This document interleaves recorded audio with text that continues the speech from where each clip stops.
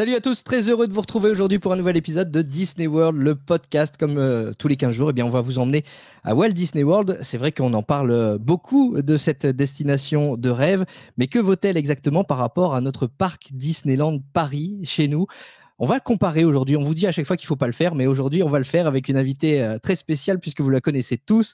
C'est Hello Maureen qui est avec nous. On va tout de suite la retrouver après le générique. C'est parti.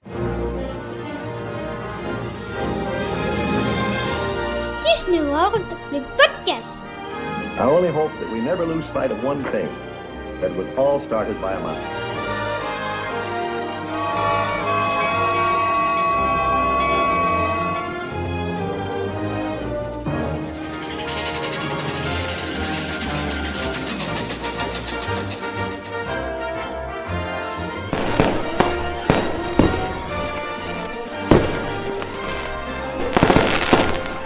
To all who come to this happy place, welcome. Et comme je vous l'ai annoncé, on va retrouver tout de suite notre invité du jour, c'est Maureen. Bonjour Maureen. Alors si j'active ton micro, c'est beaucoup mieux. Comment vas-tu? C'est mieux en effet. Ça va super, merci. Et toi? Eh bien, écoute, impeccable.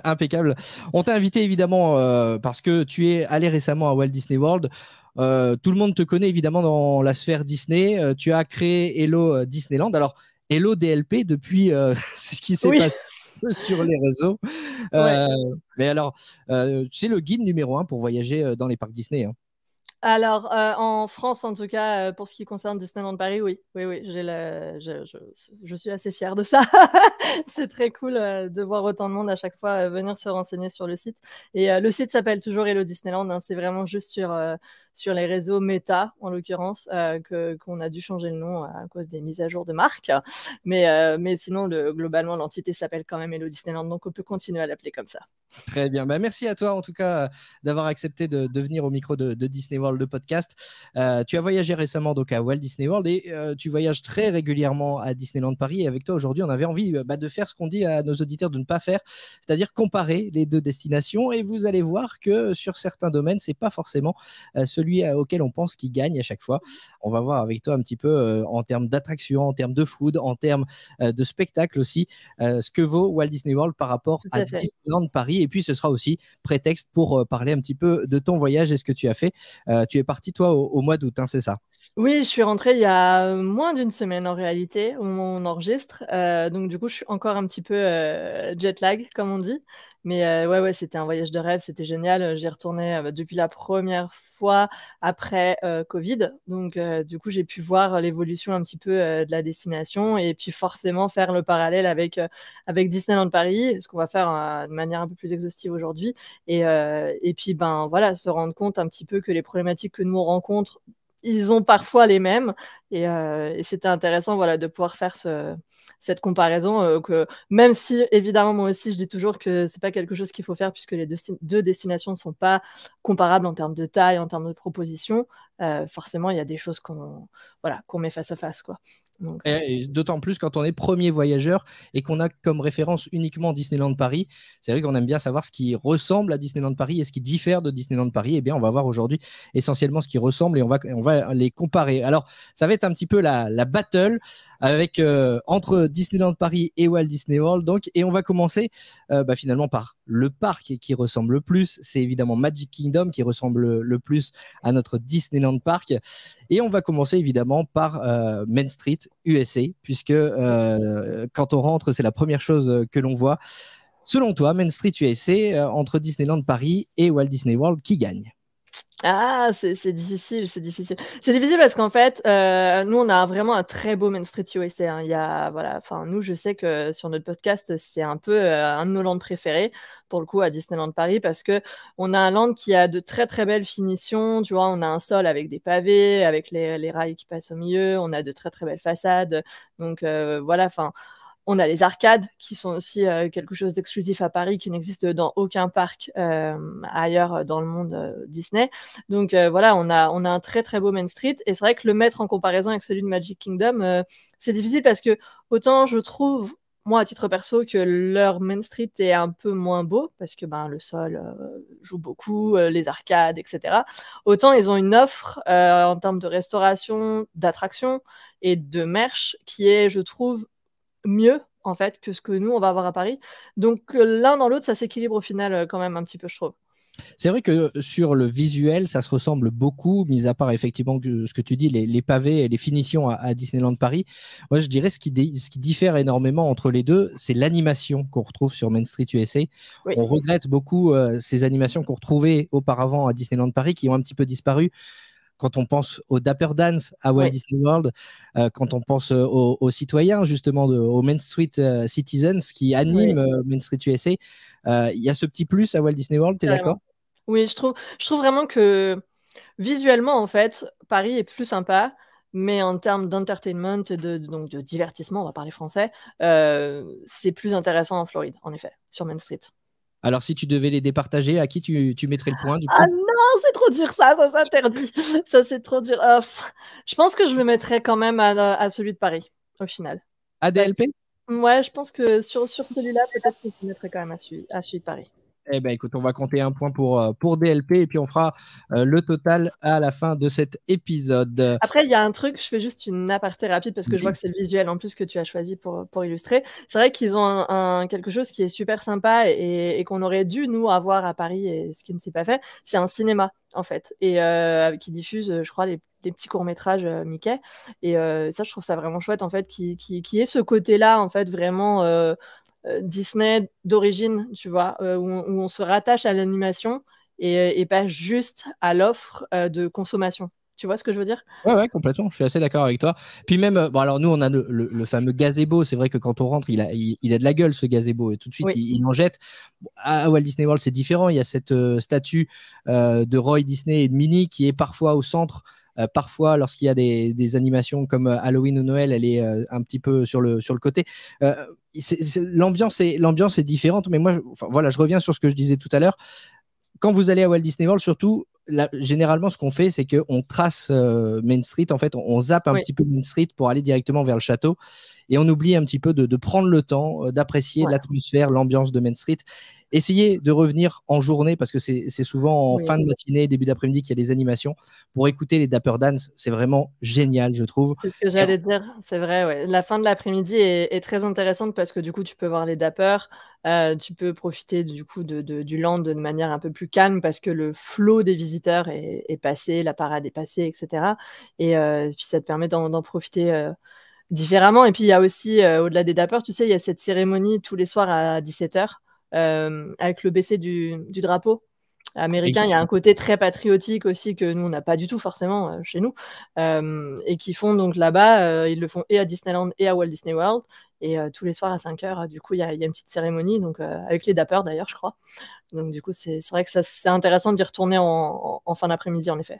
Et c'est une attraction en soi, effectivement. Ne manquez pas non plus ce lever du drapeau le matin et le baisser du drapeau le soir parce que c'est assez impressionnant à voir justement ce côté patriote des Américains. Alors, certains tracent directement vers le château et c'est le moment de la battle entre le château de la Belle au Bois dormant et le château de Cendrillon à Walt Disney World. Alors, je te laisse les départager, vas-y. Ah non, mais moi, ça va être unpopular opinion parce que y a beaucoup de gens qui défendent le château de Walt Disney World, mais vraiment, vraiment énormément. Et je sais que c'est un sondage que j'avais déjà fait, moi, sur mes réseaux sociaux. Et je m'étais déjà, pas fâchée, mais il y a plein de gens qui n'étaient pas du tout d'accord avec moi. Moi, je préfère le nôtre, évidemment. Et j'ai tendance à dire qu'ils nous ont volé nos couleurs, d'ailleurs, avec l'habillage du 50e anniversaire. Je préfère le nôtre, quand même. Je suis assez d'accord avec toi pour le coup. Il est très imposant, le château, le Cinderella's Castle. Il fait très faux, mais faux dans le mauvais sens du terme. Tu sais, le nôtre fait faux, évidemment, puisqu'il est absolument pas réaliste. Mais le leur, tu sais, c'est comme si tu as voulu faire vrai, mais tu n'as pas réussi. Tu vois. Et je trouve que c'est un peu cet effet-là, le château de Floride. Donc, mais bon, il y a plein de gens qui vont pas être d'accord. C'est intéressant d'avoir cette discussion parce que moi je trouve déjà le château en lui-même est imposant. Il y a la scène devant qui est imposante. Nous, elle est un petit peu à l'écart. Elle est immense, cette scène devant d'ailleurs. Bah oui.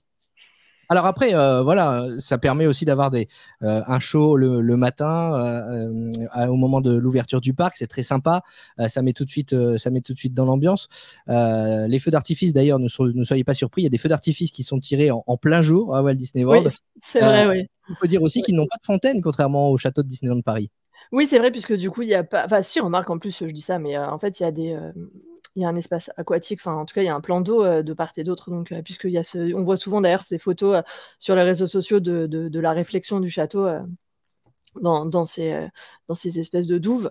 Donc, mais en effet, il n'y a pas de fontaine, en tout cas pour l'instant. Et puis, côté divertissement, alors pour le coup, pour Happily Ever After, ils ont une plus grosse surface à mapper. Et ça, c'est vrai que c'est intéressant, quoi. Ça permet d'afficher davantage de choses que sur le nôtre qui est assez fin. L'espace est finalement très réduit. Mais on a des drones. Donc, on peut pas tout avoir. On peut pas tout avoir. Il est plus carré, hein, le château de Walt Disney World. Donc, il est très massif. Ouais. Et plus facile que sur le nôtre. Effectivement, sur le nôtre, on a des drones. Et rien que pour ça aussi, il marque un point, le château de la Belle au Bois dormant. Donc, on va lui donner un point à notre château. C'est le plus beau. Oui, moi là-dessus, c'est vrai que celui de Paris est considéré par plein de gens, d'ailleurs beaucoup d'étrangers qui viennent. C'était très drôle parce qu'une fois, je fais une aparté 2 secondes, pardon. J'ai fait les EMT à Paris, ce qui n'arrive pas souvent. Et en fait, j'ai vu une famille américaine arriver, mais tu sais, qui vraiment est époustouflée et qui dit « Oh my God, this is the most amazing thing I've ever seen ». Et t'es là en mode « What ?» Doucement. Et ils sont souvent comme ça, tu vois. Et c'est vrai que ça fait chaud au cœur, en fait, de constater ça. Quand on les voit, eux, arriver des US, sachant qu'ils ont quand même 2 parcs, 2 Magic Kingdom, et qu'ils arrivent chez nous et qu'ils s'émerveillent devant le château, c'est cool quand même, quoi. Ouais. Alors, je vais me faire l'avocat du diable quand même si je vais voter esthétiquement aussi, moi, pour le château de la Belle au Bois dormant, notre château. Tu parlais de l'offre de Main Street tout à l'heure, comparée à Walt Disney World à Disneyland Paris. En termes d'offres, le château de Cendrillon, quand même, à Walt Disney World, il faut savoir une chose, c'est qu'il y a le fameux restaurant, le Cinderella's Royal Table, donc on peut manger à l'intérieur du château, chose qu'on ne peut pas faire à Disneyland Paris. Et puis, il y a aussi cette fameuse room, cette fameuse chambre. Oui. Très peu de gens peuvent y dormir, mais il existe une chambre à l'intérieur du château de Cendrillon. Tout à fait, ouais. Tout à fait. Puis même l'intérieur, au-delà de ces 2 choses-là qui, on va dire, sont réservées à un certain public, enfin, en tout cas, déjà, 1, pour le resto, public payant est assez cher parce que c'est quand même pas donné. Et 2, un privilégié choisi, je crois que non, tu peux la réserver, je sais plus comment ça fonctionne. Non, tu peux pas, c'est vraiment tirage au sort. Voilà, t'as de la chance, quoi. Voilà. Mais l'intérieur est quand même assez sympa quand tu traverses ce couloir. Il y a l'histoire de Cendrillon, du coup, qui est faite en mosaïque, qui est vraiment très sympa. Enfin, voilà, ils ont quand même une très belle déco. Je crois pas qu'on puisse monter seulement si tu manges au restaurant. Ouais. D'accord, mais voilà, juste de traverser le château, sans que ce soit du même style que ce qu'on va voir sur le château de Paris, ça reste une expérience assez sympa quand même et visuellement agréable, quoi. Exactement. Malgré ça, eh bien, on va donner un point au château de Disneyland Paris. Évidemment, notre château, c'est le plus beau. On continue avec Magic Kingdom et il y a des attractions en commun, évidemment, entre nos 2 parcs. À commencer par Peter Pan's Flight, donc dans le Fantasyland. Elles sont assez similaires, néanmoins, on va les comparer. Disneyland Paris, Walt Disney World pour toi? Ah, je dirais que celle de Walt Disney World est quand même plus sympa, quoi. Parce qu'elle a ce petit coup de neuf qu'on n'a pas eu, nous, en fait. Donc, puis je crois qu'il y a davantage de décors dans la file d'attente, etc. Enfin, voilà. Il y a cette petite surcouche qu'on aimerait bien avoir, mais qu'on n'a pas. Oui, c'est assez similaire en termes de ride. Oui, globalement, par contre, c'est vraiment, voilà, c'est pas le truc pour lequel il faut aller faire 120 minutes d'attente, comme si vous l'aviez jamais fait. Faut le faire si c'est possible, mais c'est pas, il n'y a pas de grosse différence par rapport à la version parisienne non plus, quoi. Non, effectivement. Si ce n'est, il me semble, alors ça fait longtemps que je n'ai pas fait celle de Paris, mais on a toujours l'ombre de Peter Pan au démarrage du ride à Paris. Oui, il y a toujours. Donc c'est similaire donc à celle de Walt Disney World. Donc vraiment sur le ride, on est d'accord. Mais il y a ce petit truc en plus. D'ailleurs, il n'y a pas que dans cette attraction Peter Pan's Flight que les files d'attente sont thématisées. Elles le sont aussi à Disneyland Paris, mais elles sont plus immersives à Walt Disney World, avec notamment la file. Sur Peter Pan, la file de Disneyland Paris est majoritairement à l'extérieur. Enfin, donc la thématisation, elle est assez limitée en réalité. Exactement. Alors sur celle de Peter Pan's Flight, il me semble pas que ça soit le cas qu'il y ait des jeux pour les enfants à Walt Disney World. Par contre, à côté, il y a Many Adventures of Winnie the Pooh. Là, si vous faites la file d'attente avec vos enfants, c'est toujours sympa. Des enfants en bas âge, évidemment, parce que si vous voyagez avec des ados, ils vont tirer la gueule jusqu'au sol. Ouais, bon, franchement, même en tant qu'adulte, en vrai, on s'amuse avec ces trucs interactifs, là, ces écrans, ce miel là qui bouge quand tu mets tes mains et tout, ça reste, voilà. Enfin, les ados le feront quand même, ils le feront moins que les enfants, mais ils le feront quand même. Exactement. Tous les petits enfants, les grands enfants, les moyens enfants, peut-être. Donc, mais en tout cas, c'est vrai que dans pas mal de files d'attente, il y a des jeux pour les enfants à Walt Disney World. On va mettre un point donc pour l'attraction Peter Pan's Flight à Walt Disney World. Et donc, pour l'instant, ça fait 2-1 pour Disneyland Paris. On va poursuivre avec les attractions similaires. Et là, je pense qu'il n'y a pas match entre It's a Small World à Disneyland Paris et It's a Small World à Walt Disney World. Il n'y a pas match, tu dirais quoi, toi? Ah bah moi, je dirais Disneyland Paris. Ouais, carrément. Carrément. Non, complètement. Non, mais c'est... pour moi, It's a Small World à Walt Disney World, c'est littéralement la pire version au monde, en réalité, de cette attraction, quoi. C'est ce qui est assez surprenant, hein, parce que c'est censé être un copier-coller de la version originale de Anaheim, quoi. Mais il y a tellement rien qui va, en fait.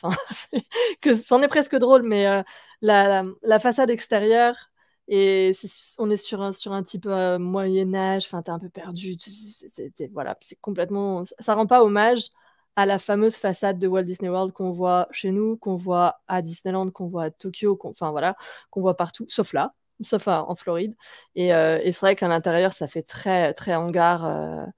L'immersion est vraiment pas là, en réalité, en Floride. Ça fait carton-pâte, je trouve. Complètement. C'est d'ailleurs, si tu veux, petite anecdote, ma fille, qui est encore assez jeune, tu vois, m'a dit mais on est où là même? Qu'est-ce que c'est que ça? C'est beaucoup mieux à Paris, elle me dit. Ah oui, il n'y a pas photo, mais même dans la transition, je trouve que c'est une des premières attractions qu'on voit quand on vient de Liberty Square. Oui. Même dans la transition entre Liberty Square et ce Fantasyland, c'est assez brutal, je trouve. Ouais, complètement. Il n'y a pas vraiment de transition. Et, non. Il n'y a pas de subtilité là. Non, voilà. Là, on n'est pas dans le détail. Complètement. Non, mais c'est vraiment dommage parce que c'est quand même une attraction iconique pour le coup des paris Disney, quoi. Mais je pense que le public s'y trompe pas parce que, à l'inverse de Peter Pan's Flight qui est juste en face où tu vas avoir un temps d'attente assez conséquent toute la journée, finalement, It's a Small World en Floride, tu peux le faire assez facilement, quoi. Donc, exactement. Et puis d'ailleurs, j'en propose pour te poser la question tout de suite. Quand tu voyages à Walt Disney World, comme c'était le cas récemment, est-ce que ce sont quand même des must-do, ces attractions qu'on a chez nous, ou alors tu les zappes? Pas forcément. Là, j'avoue qu'It's a Small World, j'ai été parce qu'il n'y avait pas beaucoup d'attente. Il y avait 5 minutes, on passait tout de suite, c'était en fin de journée. On avait du temps à tuer avant d'aller faire Happily Ever After. Et en plus, on en avait parlé, nous, sur notre podcast avec Clem. Et on avait comparé toutes les versions et on s'était dit vraiment que celle de Floride, c'était une catastrophe. Et donc, en allant sur place, oui, vraiment, définitivement, ça va pas. Donc, mais c'était... non, sinon, c'est pas du tout une attraction que j'aurais fait en priorité, quoi. Pas du tout.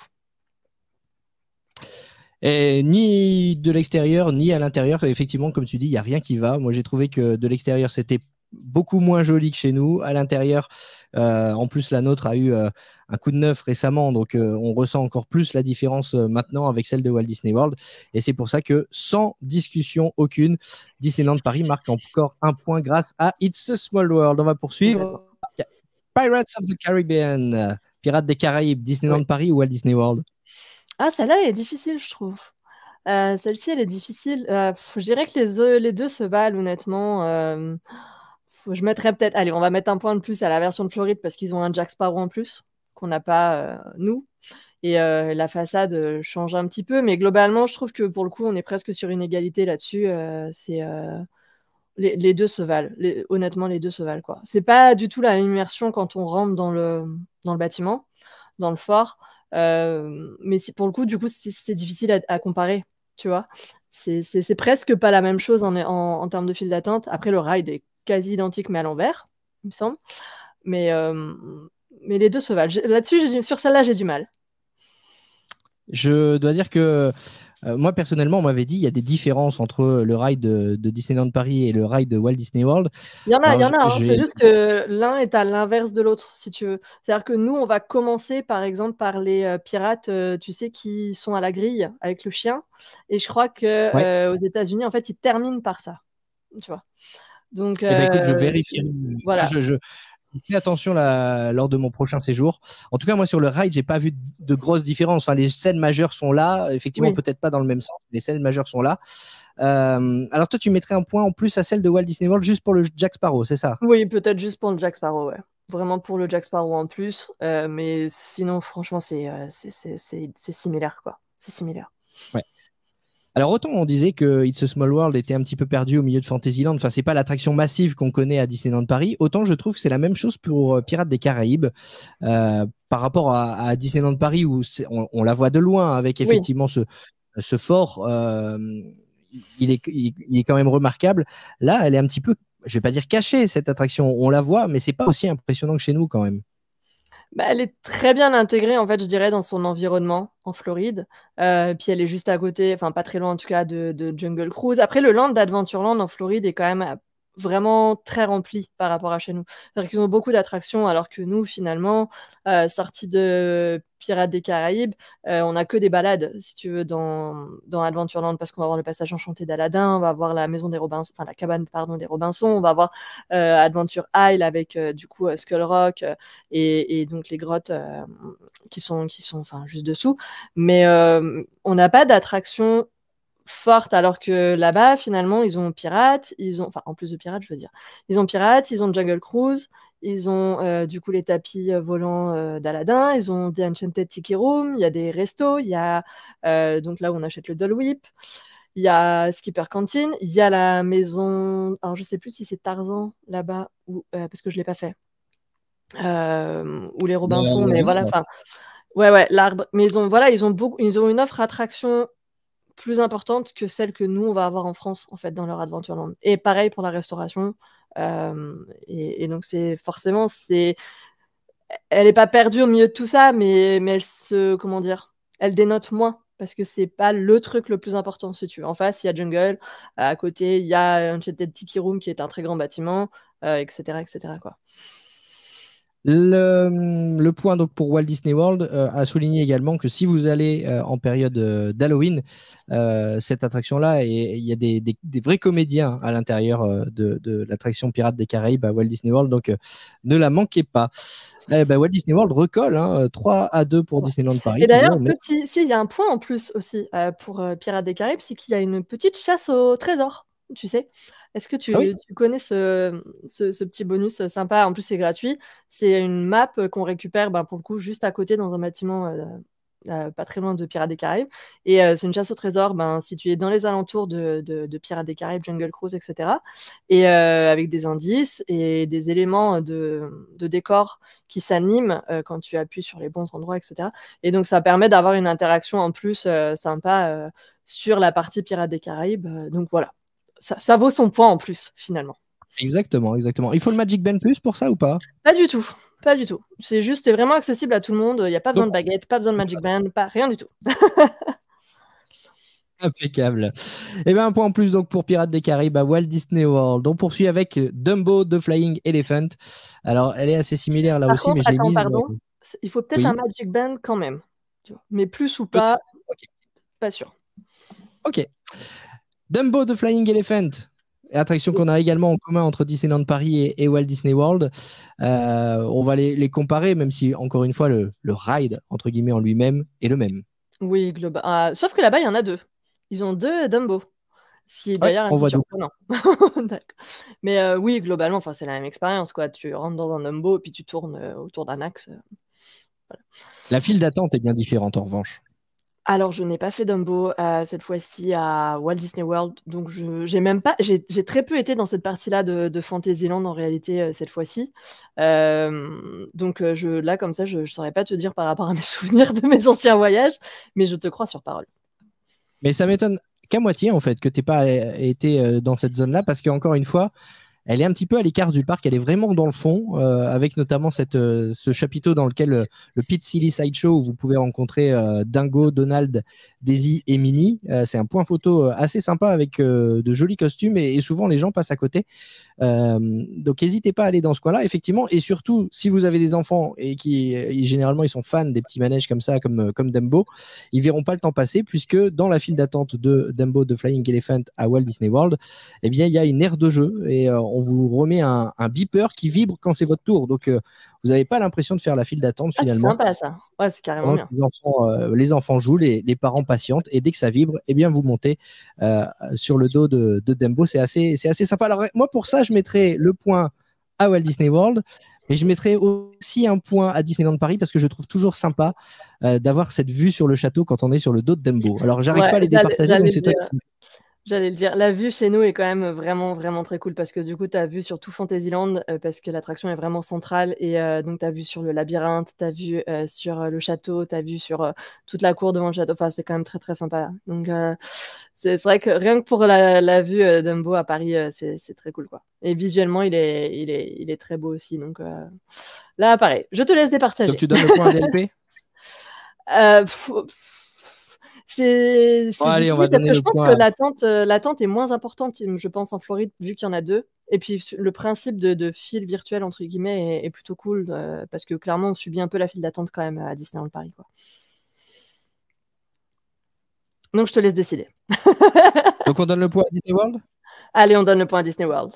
Allez, on va donner le point à Disney World et comme ça, c'est égalité parfaite. 3 partout pour l'instant entre Disneyland Paris et Walt Disney World. On va poursuivre avec 2 attractions iconiques. Phantom Manor d'un côté, Haunted Mansion de l'autre. Là, ça va être assez difficile de les départager. Encore que, moi, mon cœur balance quand même plus d'un côté que de l'autre. Hein. Ton cœur balance pour Haunted Mansion ? Non ? Bah non. Mon cœur balance pour Phantom Manor juste pour le storytelling qu'il y a autour de Phantom Manor. Il est complètement différent, honnêtement. L'histoire est vraiment n'a rien à voir. Elle est, je trouve, quelque part un peu plus claire chez nous, en particulier depuis la réhabilitation. Alors que à Haunted Mansion, moi, je me suis pas encore intéressée à l'histoire vraiment des personnages et de l'attraction au-delà des films, bien sûr. Et c'est vrai que je comprends pas forcément le pourquoi du comment, alors que finalement chez nous c'est plus facile, je trouve, d'accès. Maintenant, le fait qu'il y ait 999 fantômes, le côté des Hitchhiking Ghosts, je sais plus comment ça se prononce, tu vois, tu sais, les 3 à la fin qui font du stop, c'est assez sympa. Il y a le Hatbox Ghost aussi qui doit arriver là bientôt, ce qui va rendre l'expérience assez cool aussi. Donc c'est vrai que Haunted, c'est Haunted et Fantômes, limite, enfin pour moi c'est presque pas la même attraction en réalité. Donc c'est ça qui est assez, effectivement assez drôle, entre guillemets, c'est pas le mot que je cherche, mais c'est vrai qu'entre Disneyland Resort à Anaheim, Disneyland Paris et Walt Disney World, les 3 attractions, en fait, finalement, ont le même storytelling, on va dire, mais sont vraiment différentes les 3, quoi. Oui, en fait, il y a une base commune, en l'occurrence, un manoir hanté avec une mariée. Après, le reste, il y a quand même pas mal de différences, quoi. Donc, c'est très, très difficile de choisir. J'ai peur de me mettre plein de gens à dos, mais je dirais Phantom Manor, moi aussi, tu vois. Parce qu'il y a une véritable aura autour de Haunted Mansion, vraiment, que ce soit à Disneyland ou à Walt Disney World, ou même à Tokyo, parce qu'elle est également là-bas. Donc, mais j'aurais tendance à dire Phantom Manor. Phantom Manor, donc chez nous, l'attraction parisienne, donc qui marque un point par rapport à Haunted Mansion. On est d'accord pour le coup. Moi, c'est vraiment pas pour l'attraction, pour le ride, parce que encore une fois, ça se vaut. C'est vraiment pour toute l'histoire autour avec Big Thunder Mountain qui est juste en face de notre attraction. Oui, c'est vrai. Vraiment, Haunted Mansion, elle est au fond de Liberty Square. On est moins dans l'environnement, dans l'ambiance que peut procurer Phantom Manor. Oui, c'est vraiment. Il n'y a pas d'intégration land à proprement parler, alors que chez nous, bah, c'est vrai qu'elle fonctionne avec tout ce qui l'entoure. On a le cimetière, donc on a Boot Hill. On a forcément, il y a aussi un intérêt avec Big Thunder Mountain, comme tu l'as dit, avec Thunder Mesa, avec les restos qui sont là, avec le Lucky Nugget. Voilà, c'est un tout vraiment chez nous, Thunder Mesa, alors que là-bas, elle est vraiment posée comme tu l'expliques. Donc, mais l'intérieur est vraiment très chouette. Le ride est plus long, je pense, que chez nous. Et pas plus élaboré, mais il y a plus de fantômes, plus de personnalités. Donc, mais c'est plus difficile d'accès, je trouve, en termes d'histoire. Donc, Phantom Manor. Donc, un point pour Phantom Manor et Disneyland Paris. Eh bien, si nos calculs sont bons, on reprend la tête avec 4 points. Walt Disney World, 3 points. On poursuit avec justement Big Thunder Mountain entre Disneyland Paris et Walt Disney World. Moi, je dis Paris, là, sans hésiter, définitivement. Alors, pourquoi? Alors, le nôtre est situé sur une île, déjà. Donc, rien que pour ça, je dirais, vraiment exceptionnel par rapport aux autres Big Thunder Mountain. Il est plus impressionnant en termes de rapidité, d'effets, de sensations aussi sur Paris. Et puis surtout, c'est l'icône de Frontierland, en fait, chez nous, Big Thunder Mountain. C'est l'attraction centrale, on la voit de très loin. Et puis c'est Big Thunder Mountain, quoi. C'est le truc, tu peux pas revenir de Disneyland Paris si t'as pas fait le train de la mine, tu vois. Alors que finalement, j'ai l'impression que c'est presque pas anecdotique, tu vois, mais bon, c'est là sans que ce soit trop important, tu vois, Big Thunder Mountain à Walt Disney World. Et c'est beaucoup moins iconique, j'ai l'impression, tu vois, cette montagne centrale. Elle est un peu plus cachée d'ailleurs au fond du land, elle aussi. Et puis je me demande, elle est pas derrière la future attraction Tiana? Donc vraiment, il faut aller la chercher aujourd'hui si on a envie de la faire, tu vois. Ouais. Non, c'est vrai que l'attraction iconique dans ce land, c'était Splash Mountain et non pas Big Thunder Mountain. C'était Splash. Et ça sera forcément dans les années à venir Tiana's Bayou Adventure parce qu'elle est très attendue. Et forcément, à chaque fois, Big Thunder Mountain passe un petit peu au second plan à Walt Disney World. Même géographiquement, c'est central. Donc, complètement. Ouais, c'est ça. Chez nous, c'est l'attraction de Frontierland à ne pas manquer. D'ailleurs, les temps d'attente en témoignent assez régulièrement à Disneyland Paris. C'est peut-être le petit bémol. Ouais, ça va mieux, mais quand même. Ça va mieux. Mais ça reste un bon moyen de jauger s'il y a du monde, en fait, sur le parc à Paris. C'est-à-dire que quand tu vois afficher 45-60 minutes à BTM, donc pour les habitués à Paris, c'est qu'il y a un petit peu de monde sur le parc. Si tu vois 15-20, c'est que tu es sur une bonne journée et qu'il faut en profiter. Donc, mais c'est vrai que voilà, il y a toujours, c'est une attraction super populaire. C'est la star de Frontierland, clairement, quoi. Ouais, complètement. Et puis, donc c'est un petit peu le thermomètre, effectivement, de Disneyland Paris. Regardez un petit peu les temps d'attente de Big Thunder Mountain et vous allez savoir un petit peu quelle est l'affluence du jour. Et donc, ça fait un point de plus pour Disneyland Paris qui, décidément, creuse l'écart. 6 pour Disneyland Paris, 3 pour Walt Disney World. On poursuit avec Hyperspace ou Space Mountain. Disneyland Paris d'un côté, Walt Disney World de l'autre. Là encore, pour moi, il n'y a pas match. Alors, je te donne mon avis et tu me diras si tu as le même. Moi, autant je suis pas ultra convaincue par l'aspect visuel, encore que je le suis de plus en plus, de Space à Walt Disney World et Disneyland, mais je préfère de loin le côté steampunk de notre Space Mountain, autant je déteste Hyperspace Mountain et sa version Star Wars. Donc, pour ça, je donnerais vraiment mon point à Space Mountain à Walt Disney World pour le côté espace rétro, cette espèce d'idéal qu'on pouvait avoir de la conquête de l'espace dans les années 60-70, tu vois, et qui, je trouve, se sent dans Space Mountain aux US. Et toi ? C'est ce qui me plaît aussi à Walt Disney World. C'est ce qui me plaît aussi à Walt Disney World finalement. Autant moi pour le coup j'aime le ride Hyperspace Mountain, même si je suis comme beaucoup nostalgique de tout le storytelling qu'il y avait, mais pas seulement sur Space Mountain, sur le land Discoveryland en général. Je suis nostalgique aussi de tout ça. Mais c'est ce que j'aime à Walt Disney World aussi, c'est de retrouver les classiques, de retrouver toutes ces attractions vintage, quoi, d'origine de 1971. Carrément. Et là, pour le coup, Space Mountain à Walt Disney World, moi j'ai qu'une crainte, c'est qu'ils y touchent en fait, parce qu'on a vu des annonces de remodélisation de Space Mountain dans d'autres parcs. À l'heure où on enregistre, c'est pas annoncé pour Walt Disney World et j'ai vraiment cette crainte qui la transforme, parce que c'est vrai qu'avec Tron qui est arrivé aussi, elle commence à dater et à vieillir un peu cette attraction, et certains militent pour une réhabilitation. Moi, au contraire, je trouve qu'il faut garder un peu de vintage dans les parcs Disney. Oui, je suis pas enfin, moi, j'aurais tendance à pas être très inquiète. Après, voilà, je suis beaucoup moins calée en termes d'actualité que toi, je pense, sur Walt Disney World. Mais c'est vrai que voilà, tout ce côté-là, People Mover, Carousel of Progress, Space Mountain, pour moi, c'est les attractions d'origine, et c'est les attractions qui doivent rester, parce que c'est ce qui fait le charme intemporel aujourd'hui, même s'il a très certainement à un moment donné été désuet et même has-been. C'est l'intérêt, je trouve. Moi, c'est pour ça que j'aime bien d'ailleurs Tomorrowland, que ce soit à Disneyland ou à Walt Disney World, parce qu'il y a ce côté-là, en fait. Il y a ce côté rétro-futuriste des années 60. C'est-à-dire que de la même manière que notre Discoveryland, c'est le rétro-futur, mais vu à l'époque peut-être de Jules Verne, etc. Aujourd'hui, Tomorrowland, c'est le rétro-futur, mais des années 70. Donc c'est un autre, finalement, enfin, ça reste quand même cette parenthèse. Et c'est ça que j'aime bien, en fait. Et puis, alors, petite mention supplémentaire, qui est vraiment cool aussi à Space Mountain, c'est que tu as People Mover qui passe dedans, et ça, c'est vraiment génial, quoi. Ouais, le People Mover qui traverse effectivement Space Mountain. Et rien que pour ça, on va donner le point à Walt Disney World. Alors, vous voyez, c'est assez étonnant, parce que je suis sûr que certains, quand on a dit il n'y a pas match, pensaient qu'on allait forcément voter pour celle de Disneyland Paris, parce que celle de Walt Disney World est quand même réputée pour secouer pas mal dans tous les sens. On est comme une boule de flipper à l'intérieur de cette attraction. C'est vrai qu'elle est plus smooth à Disneyland Paris. On s'entend, évidemment, ça secoue quand même. Mais rien que pour le côté vintage et pour justement cette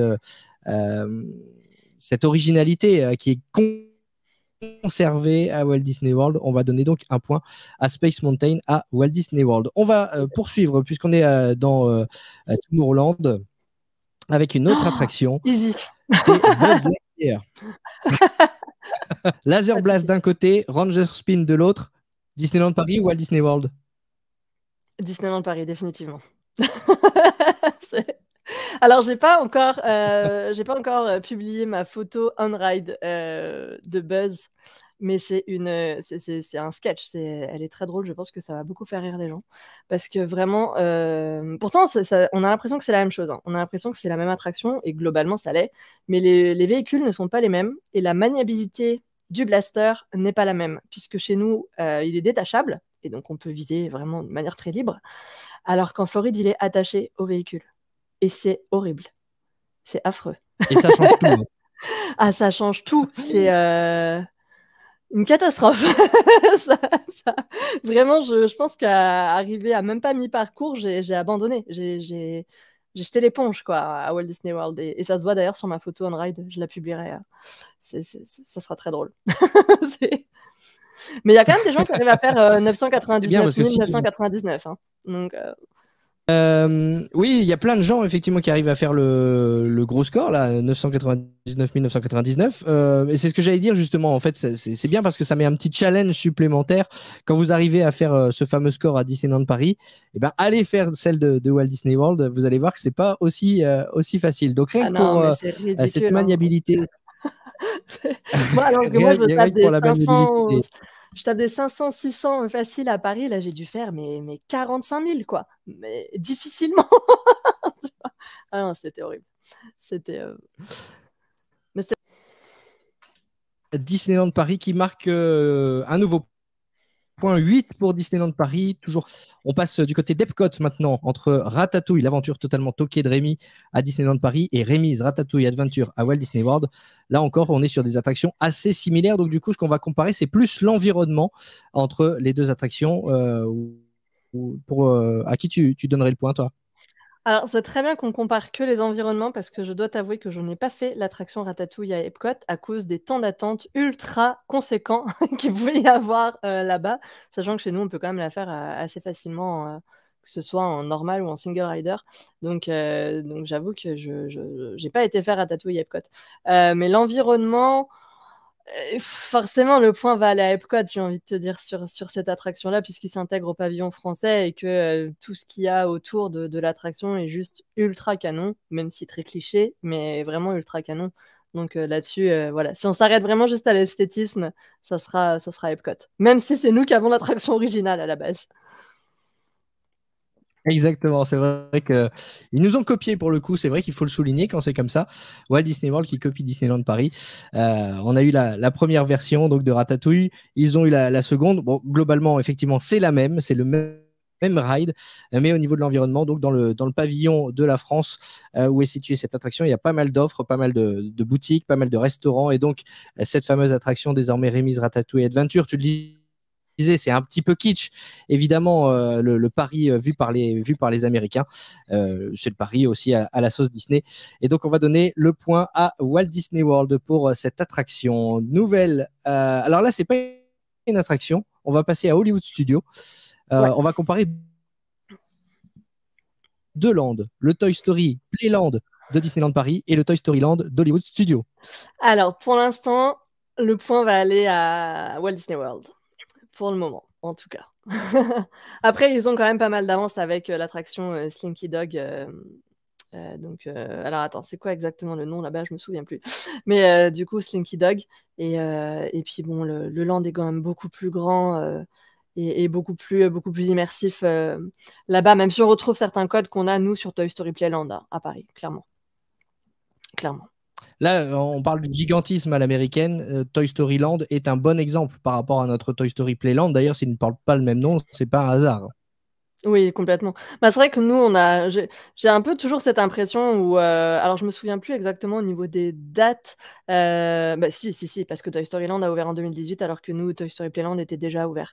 Donc j'ai un peu l'impression que la version de Paris, c'est la version d'essai, et puis eux, ils ont eu le truc cool, tu vois.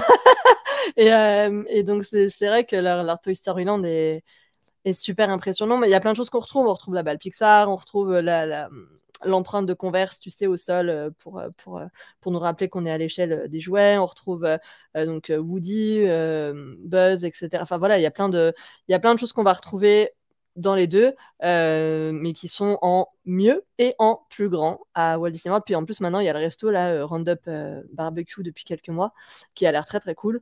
Puis ils ont une offre restauration qui est quand même très sympa et qui, de toute manière, comme il n'y a pas d'offre restauration quasiment sur Toy Story, même, c'est sûr, il n'y a pas du tout d'offre restauration en fait à Disneyland Paris sur Toy Story Playland. Donc là-dessus, évidemment, c'est Hollywood Studios qui gagne haut la main. Et donc, ça fait un point de plus pour Walt Disney World qui recolle 8 points pour Disneyland Paris, 6 points pour Walt Disney World. Pour l'instant, c'est toujours DLP qui est en tête. On va voir si ça se confirme dans les diapositives suivantes. On va comparer maintenant une attraction des Walt Disney Studios et de Hollywood Studios à Walt Disney World. C'est la Hollywood Tower of Terror. Disneyland Paris ou Walt Disney World? Je dirais peut-être Disneyland Paris, parce que nous, on a eu une petite mise à jour là récemment, il y a je crois, c'est 2019 ou 2020. 2019, je crois, à Paris. Mais sinon, globalement, encore une fois, on est sur une offre qui est assez similaire à la base, puisque d'ailleurs, je crois que la version de Paris alors pas calquée, parce que de base, elle était, enfin visuellement en tout cas, elle était calquée sur la version californienne. Mais je me demande si celle de Hollywood Studios, c'est pas la première qu'ils ont fait d'attraction en chute libre là. Alors là, tu me poses une colle. Je ne sais pas du tout. Je me demande si c'est pas un délire de Michael Eisner justement tu vois, de faire ça. Donc c'est peut-être la première. Faudrait que je revoie mes dates. Mais l'offre globalement, enfin voilà, c'est à peu près la même chose, quoi. Donc c'est pas comme si on avait comparé celle de Disney California Adventure et Disneyland Paris. Ouais. Où là c'était vraiment complètement différent. Là, c'est à peu près la même chose. Donc peut-être Disneyland Paris, parce que c'est plus récent en termes. Et puis on a le principe des chutes aléatoires. On a 3, tu sais, scénarios différents selon l'ascenseur dans lequel tu montes, ce qui n'est pas le cas, je crois, en Floride. Il me semble. Donc, je vais forcément te poser la question, puisque tu parles de celle en Californie. Ouais. Forcément qu'on se pose tous la question de connaître un petit peu l'avenir de celle de Disneyland Paris, qui est vraiment toute proche de l'Avengers Campus. Selon toi, une réhabilitation est-elle possible à Disneyland Paris? Oui, pour moi, c'est une question d'année.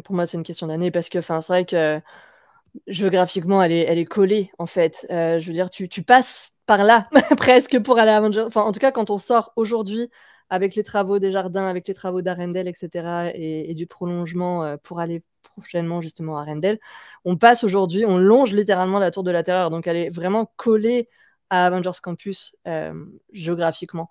Donc, pour moi, c'est vraiment une question d'année avant que ça arrive. Mais là, c'est vrai je pense qu'ils sont concentrés. Je parle vraiment en année, parce que pour moi, là, ils sont concentrés sur les chantiers actuels, qui sont donc l'extension de actuellement Hollywood Boulevard, qui mènera prochainement au lac d'Arendelle et à un troisième land dont on ne connaît toujours pas la teneur. Et puis, à un moment donné, peut-être quand il y aura du budget, on peut littéralement parler peut-être en 10 ans. Je pense que ça va finir par arriver, quoi. C'est fou d'ailleurs. On dit quand tu auras du budget, on rappelle quand même qu'on parle de 2 milliards d'euros d'investissement dans ce parc. Alors, quand tu auras du budget prioritairement accordé aux attractions ou au renouvellement de l'expérience, peut-être. Il faudrait le placer comme ça, quand ça concerne Disneyland Paris. Parce que concrètement, il y a du budget, etc. Et Disneyland Paris est un parc très rentable en dépit de sa réputation. Mais c'est vrai que c'est pas... je vais pas forcément m'étaler parce que c'est pas le sujet de l'épisode, mais Disneyland Paris aujourd'hui, c'est le leader en termes de tourisme en Europe. C'est la première destination touristique européenne, sans rien faire, si tu veux, sans proposer de vraies nouveautés en termes d'attractions, juste en renouvelant un petit peu les spectacles et en étant Disneyland Paris. Donc, ils allouent pas de budget. Pour moi, ils allouent pas de budget à de la nouveauté attraction parce que sans le faire, ils sont déjà premiers. Alors pourquoi ils le feraient, tu vois? C'est ça en fait. Et je me dis que si par contre demain, Universal ou un autre concurrent lourd arrive et vient faire peur à Disneyland Paris, il y a plein de choses qui vont se débloquer. Mais de la même manière que les choses se sont débloquées pour Walt Disney World quand Universal a commencé à les chatouiller un peu, tu vois. Donc, parce que c'est vrai que Disney World à la base c'était juste Magic Kingdom, Epcot et puis voilà quoi. Tu vois, les hôtels de luxe et tout ça, et les hôtels value, tout ça, ça arrivait après parce que il y avait de la concurrence à côté et qu'il fallait garder les gens en fait. Et chez nous, ça se passera comme ça quand ils seront inquiétés. Aujourd'hui, ils ne le sont pas. Donc, pourquoi mettre de l'argent quand sans rien faire, tu es déjà premier, quoi. Un peu... Et là où je disais, c'est quand même fou parce qu'on parle de 2 milliards d'investissement. Là, moi, je n'avais pas complètement terminé ma phrase. Ce qui est fou, c'est qu'on ne connaisse toujours pas la teneur de ce troisième land. Ah, ça, j'avoue que c'est un mystère. ça, c'est un... Ouais. Ce que tu disais tout à l'heure, Maureen, tu disais, on a servi un petit peu de crash test pour le Toy Story Playland et après, eux, derrière, ils ont eu la bonne version du Toy Story Land. J'aimerais bien pouvoir dire Star Wars Galaxy's Edge sert de crash test pour qu'on ait la bonne version du land Star Wars à Disneyland Paris, mais ça n'en prend pas le chemin. Non, ils ont même carrément annoncé que c'était sûr que c'était plus Star Wars en fait. Enfin, dans une interview, Natasha Rajski a donc dit que pour l'instant le troisième thème n'était pas défini. Donc ça veut dire par définition que c'est plus Star Wars en fait. Ou en tout cas, c'est plus sûr que ce soit Star Wars. Et je pense qu'aujourd'hui, la franchise Star Wars s'essouffle un peu, même s'il y a des séries comme le Mandalorian, comme Ahsoka qui vient de sortir, etc., qui continuent de faire vivre la franchise sur Disney+. C'est pas la même, comment dire, ça n'a pas la même résonance et le même retentissement, et les gens vont moins vers ça, tu vois, qu'avant. Et j'ai l'impression finalement que pour le coup, Disneyland et Walt Disney World, c'était un peu ils ont ouvert leur land Galaxy's Edge quasiment en même temps, je crois. Et Disney n'a pas l'air d'être satisfait finalement de ça pour le faire une troisième fois. Tu vois, ça a fait on peut le dire, même si c'est pas le bon mot, mais ça a fait un flop par rapport aux prévisions de Disney et les attentes qu'avait Disney sur ce land Star Wars Galaxy's Edge. Mais alors, on déborde un peu du thème du jour, mais c'est toujours intéressant de discuter entre passionnés. Quelle franchise pourrait porter justement suffisamment Disneyland Paris vers le haut, alors si c'est pas Star Wars? Honnêtement, je sais pas, parce que du coup, Marvel est déjà très présent. Et je pense que Disney aujourd'hui est à la recherche de son Wizarding World. Tu vois, ils veulent un truc qui ait cette importance-là, qui ait qui brasse autant que peut brasser Harry Potter à Universal. Et je pense que c'est un truc comme ça qu'ils espéraient peut-être faire avec Galaxy's Edge et qui n'a pas finalement généré ça, quoi. Et là, est-ce que le film ou la franchise qui est associée à ça est déjà sorti? Je sais pas. Là, Eh bien, wait and see, on verra bien de toute façon. Mais Star Wars, ça a l'air plutôt mal parti pour Disneyland Paris. Et donc, on ne fera pas un épisode où on comparera les deux landes, puisqu'a priori, Malheureusement, non. Ça aurait été cool, hein, j'aurais adoré. Mais non. Avatar aussi, ça aurait été sympa de comparer Pandora et Pandora, tu vois. Mais non. Bah oui, c'est exactement ce que j'allais te dire quand je te posais la question, est-ce qu'il y a une franchise qui pourrait tirer Disney vers le haut? C'est la question sous-jacente, c'est est-ce qu'on peut espérer un land Avatar à Disneyland Paris? Mais on n'a Je pas sais non pas. plus le climat pour ça. Oui, c'est sûr. C'est sûr. En même temps, Pandora sous la neige, avoue que ça serait super canon, quand même. J'avoue que ça serait super canon. Si Disney nous écoute, ça peut être une idée. On va comparer les parades maintenant entre celles de Disneyland Paris et celles de Walt Disney World. Si tu devais en faire gagner l'une des deux, laquelle tu choisirais? Je pense que je ferais gagner Walt Disney World aujourd'hui. Je pense que je ferais gagner Walt Disney World aujourd'hui parce que c'est vrai qu'elle est très... elle est vraiment géniale, la parade de... Puis en plus, au-delà du visuel, au-delà des chars, au-delà des personnages, etc., le fait que la parade passe 3 fois par jour sur le parc, je trouve ça génial comme idée, parce que du coup, ça dilue le flux visiteur, si tu veux. C'est-à-dire qu'au lieu que ce soit, à Paris, concrètement, elle passe une seule fois, et ben, une demi-heure, 1 heure avant, c'est vraiment, tu as énormément de foule sur tout le chemin de la parade, et il y a beaucoup de gens qui sont en arrière-plan, qui ne vont pas profiter de la parade correctement. Et le fait de passer 3 fois, bah, ça permet d'éviter cette espèce d'engorgement des visiteurs qu'il va y avoir sur le chemin de la parade. Et puis, bon, au-delà du fait que tu puisses en profiter plusieurs fois dans la journée, mais voilà, c'est très sympa aussi de ce triple passage. Donc, pour ça, je dirais Walt Disney World.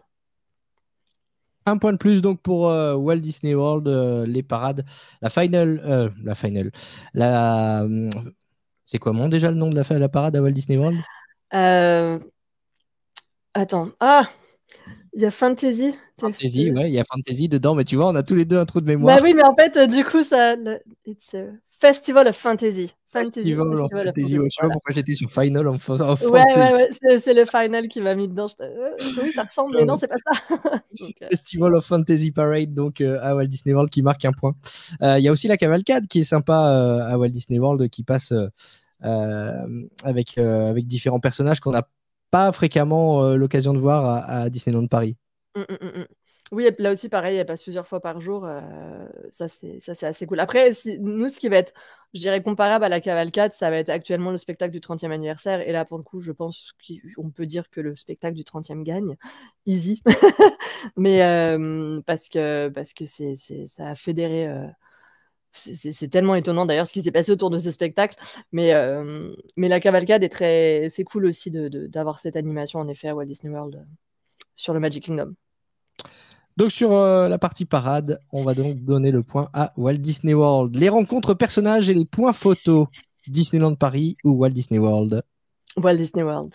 C'est définitivement. Même si c'est pas forcément la formule idéale, je trouve, parce qu'elle ressemble quelque part beaucoup à la formule parisienne, en l'occurrence des points photos fixes avec une file d'attente et une expérience entre guillemets pas du tout immersive, comparé à ce que va par exemple proposer Disneyland, où tu as beaucoup de personnages qui se promènent, qui sont ils se promènent dans le land, et à Walt Disney World c'est un format différent, mais ils ont tellement de personnages, même s'il y en a un petit peu moins qu'avant aujourd'hui, et que justement je parlais de problématiques qui sont similaires entre Paris et Orlando.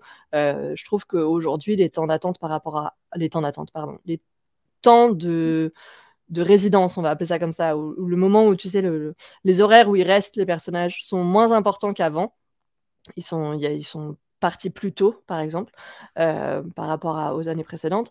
Il y a plus de personnages aujourd'hui à Orlando qu'à Disneyland Paris. Il y a des personnages qui sont, pour nous, rares, qui ne le sont pas, je pense, pour les Américains, parce que sinon, il y aurait une foule monstre sur les parcs. Mais pour nous, en tant que Français, il y a beaucoup de personnages inédits. Et puis surtout, ils ont plein de costumes différents. Par exemple, Mickey a plein de costumes différents. Tu rencontres Mickey dans son costume de sorcier à Hollywood Studios, dans son costume d'explorateur à Animal Kingdom, etc., etc. Enfin, donc, là-dessus, bien sûr, Walt Disney World gagne haut la main. Il n'y a pas photo, hein, sans mauvais jeu de mots. Là, pour le coup, c'est vrai que les photopass, le système photopass est très développé à Walt Disney World. Il y a énormément de photographes un petit peu partout. Clairement. Rien que sur Main Street, moi j'ai ce souvenir lors de mon Il y en a premier 4 ou 5 les uns à la suite des autres, quoi. Ouais. Et ce qui est dingue aussi, je ne sais pas si c'est encore le cas, je le vérifierai lors de mon prochain séjour. Peut-être que ça a changé aussi avec le Covid, mais ce qui m'avait frappé, c'était la discipline des Américains. Quand vous prenez une photo sur Main Street, les Américains, en fait, s'écartent, marchent sur les trottoirs pour qu'il y ait quand même une vue assez dégagée derrière, en arrière-plan, quand vous prenez une photo devant le château, par exemple. J'avais trouvé ça. Enfin voilà, il y a un espace quand même autour du photographe. Les gens savent qu'il ne faut pas se mettre derrière pour avoir quand il y a une photo qui est prise. Et donc ça, c'est une première partie de la discipline. Et l'autre partie, c'est qu'ils ne passent pas 3 heures non plus. Alors, vous pouvez prendre le temps avec les personnages, hein, mais généralement, c'est d'abord priorité aux enfants. Je me souviens qu'il y avait des guests qui avaient dit vous avez des enfants, passez devant nous. Ça m'avait assez surpris par rapport à Disneyland Paris, où je n'ai jamais connu ça. Non, définitivement, non, ça n'existe pas à Paris. Sur les personnages rares, notamment sur les soirées Halloween à Walt Disney World, on peut faire la fête, par exemple, avec des personnages de Monstres et compagnie. Et j'imaginais ça à Disneyland Paris. Je me disais, mais si les personnages étaient simplement là en train de danser avec nous, mais tout le monde se jetterait dessus pour faire une photo. Oui. Et là, à Walt Disney World, il y a une discipline qui fait que les gens dansent simplement avec les personnages et ils ne vont pas demander à pouvoir faire une photo avec eux. J'ai trouvé ça assez surprenant. Je ne sais pas si tu es d'accord avec moi. Alors, c'est pour ça que tout à l'heure, je parlais de personnages qui sont rares pour nous, en tant qu'Européens ou habitués du parc parisien, mais je pense que c'est des persos qui ne sont pas rares pour les Américains. Tu vois, c'est des persos qui sont là sur toutes les soirées Halloween, justement, depuis très longtemps, ou qui sont régulièrement de sortie sur les parcs, etc. Et donc, le côté rare du personnage n'existe pas par rapport à chez nous. Alors que c'est vrai que chez nous, quand tu sors, par exemple, Mandalorian, ou encore que ce n'est pas le bon exemple, parce que ça reste un personnage rare aussi à Walt Disney World. Mais chez nous, quand tu sors Bob Razowski, par exemple, ou même Sully, c'est un personnage rare et tout de suite, tu as une espèce pas de mouvement de foule, mais d'attroupement qui va se faire autour du personnage parce qu'il sort tellement jamais, en fait, à Paris, que le jour où il sort, c'est un événement. Alors que finalement, là-bas, comme ils sortent tous les jours, ces persos, les gens sont habitués à les voir et tu as moins d'attroupement.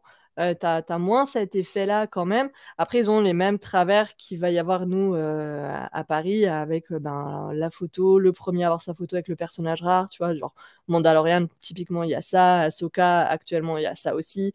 Voilà, il y a les mêmes travers. Il y a exactement les mêmes problématiques là-dessus. Quand un nouveau personnage arrive, c'est au premier qui aura sa photo et là-dessus... tout parc confondu, je pense qu'on a tous la même problématique, malheureusement, avec les réseaux sociaux aujourd'hui, quoi. Oui, entre autres, c'est vrai. Mais le fait qu'il y ait aussi beaucoup de photographes à Walt Disney World concourt peut-être aussi au fait que les gens ne se bagarrent pas non plus pour avoir une photo, parce qu'ils savent que s'ils ne l'ont pas devant le château à gauche, ils auront le même photographe à droite et ils vont... Oui, complètement.